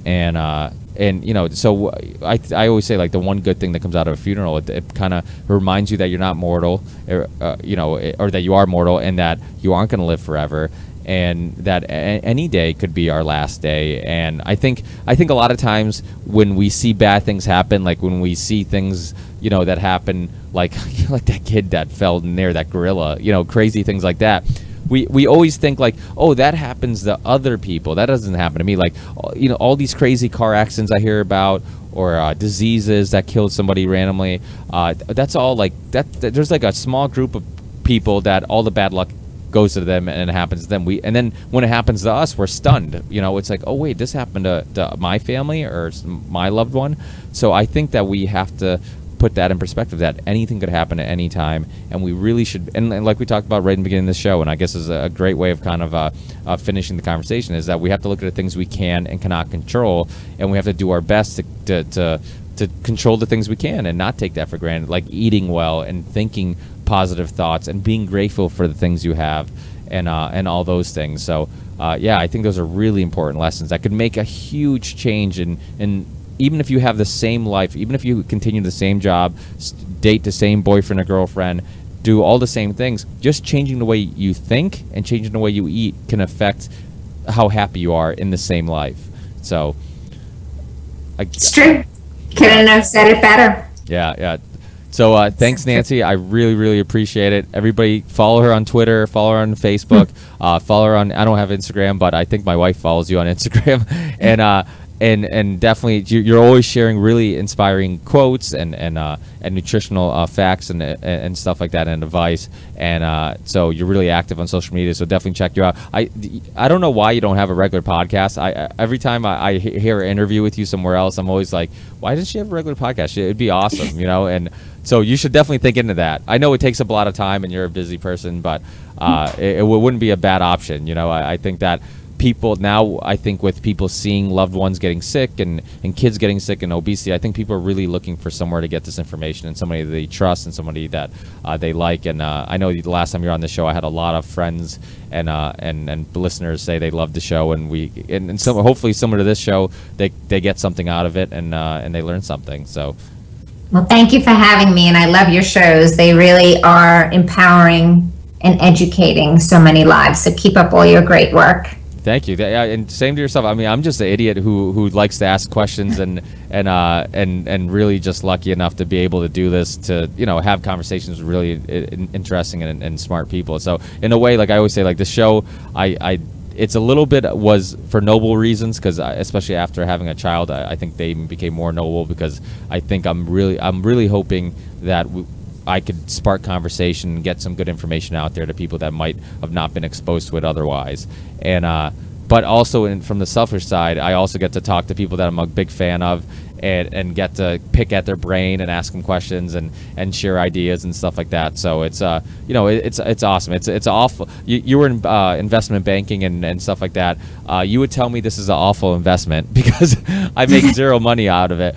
But it's really not about the money. I have a full-time job, so this is all about just doing something I love and finding some fulfillment in life, because my full-time job, working with, you know, just numbers and dealing with, you know, how do we make more money, and working with bottom lines and dealing with other corporate companies that are just cutthroat. Like I'm not a huge fan of that, to say the least. And if I just did that, I would be pretty unhappy. So having things like this where I can, you know, feel like I'm doing something. That's why the show is called The Ripple Effect, because I truly believe we can all start our own ripple. So it's you know, it's nice to be able to contact people and having people actually come on, because it's still amazing to me how many hours of people's days they've spent talking to me for you know, when I have no diploma or resume that's impressive. So it's awesome that people will do this, and I think that a lot of it says a lot about the guests, because obviously they're just as interested in sharing this information as I am doing it. So I think it says a lot about how awesome the guests are, and that they really just will do everything they can to try to help people and share information. So I can't thank people like yourself enough for coming on. Well, thank you, and really, you're doing a great job. Thanks, Nancy. I'll definitely have you on again, because my co-host went on this vegetarian diet. Yeah, okay. and we need. That's one thing. He was trying to get on today, but he ended up having to pick up a shift. And but next time you know, we're gonna try to schedule it where we can both be on, because he's big into diet and nutrition. He's in amazing shape. I mean, the guy's in his mid-40s. He used to do triathlons, and he has a six-pack like. You know, like a 16-year-old, you know. So, but he, you know, he's doing the vegetarian diet. He says he feels good on it. But I'm like, you know, I really feel like you should get some meat in your diet. You know, like I think that, I don't know if, so next time, I won't get into it now, but next time I definitely want your thoughts, and I would share the pros and cons of you know, a vegetarian diet. Can you be a elite athlete doing that? Is there things that you just aren't getting from that compared to, you know, eating meats? I know amino acids is a big part of the conversation too, and stuff like that. So we'll definitely have him on and talk about that type of stuff, because as he's older than I am, so you know, he's really just really into health and really conscious of what he's eating, because as you get older, it becomes even more important. So so it's really interesting. So we'll have you on, and we'll have a little roundtable conversation. Okay, it'll be great. Yeah. I look forward to it. Thanks, Nancy. Keep in touch and keep up the great work. Appreciate it. Okay, and be a great dad like you are. I'm trying. It's not, you know, it's it's funny. People said that before I had them, like, oh, you're going to be a great dad. I'm like, oh, don't put pressure on me. Because, again, we all have our flaws, and we definitely do our best. But the one thing I can't deny, I definitely, my only intentions are always what's best for the child. If in the future, if I look back and say I messed up here, I messed up there, it wasn't ever because my intentions weren't, you know, they were always unselfish, and it was always, you know, but like you said, it's a learning process. And one thing you learn once you become an adult, that we're all just figuring it out, and we're all just trying to figure it out as we go. Nobody has all the answers. And you know, it's going to be hard for one day a child to look at me for answers, and I'm like, well, I don't have all of them. But you know, we do our best to try. Like you said, with age also comes hopefully wisdom. So if anything, hopefully I can share some of my wisdom with them, just from being older and thinking of these things and sharing ideas and observing and analyzing myself in the process. So. Definitely doing my best, and hopefully, I think I'm doing all right for now. He's alive, so that's step one. That's good. So and he's happy, and you and your wife are doing a great job. And congratulations on the next arrival. Yeah, we got a little girl on the way. So I know they say little girls are a little different, so it's fun. And like you said, it's going to be the first, because instead of boy clothes, it's gonna be girls clothes, and they're gonna have different personalities, and they're gonna watch different things and be intrigued. So it's gonna be fun. If we could plan out our lives, that was kind of, that'd be the nice thing of, oh, we have a boy who protects the younger sister girl, so it ended up working out. We got very lucky. So another thing that I'm very grateful for is the fact that I'm hopefully gonna have 2 healthy children, because again, just the fact that they're born with all their limbs and healthy and smiling, that's a blessing just within that. Just very lucky that happens, because obviously many things could go wrong, and we take this thing for granted, this idea that we just pop out living things and we just assume they're always going to come out healthy, but that's not always the case. So thank you again, Nancy. We'll keep in touch, and definitely have you on again. There's a thousand things I had written down that I'm like, I can't forget to talk about this, ask her about that, and like usual, it's easy to have a conversation that lasts a couple hours when it's stuff that we're passionate about and important stuff. So hopefully people listening to this podcast will take the initiative of actually trying to change their life in some way or another, and try and, just like you said, take baby steps and work from there. So thanks a lot, Nancy, and I'll keep in touch. Take care. Bye.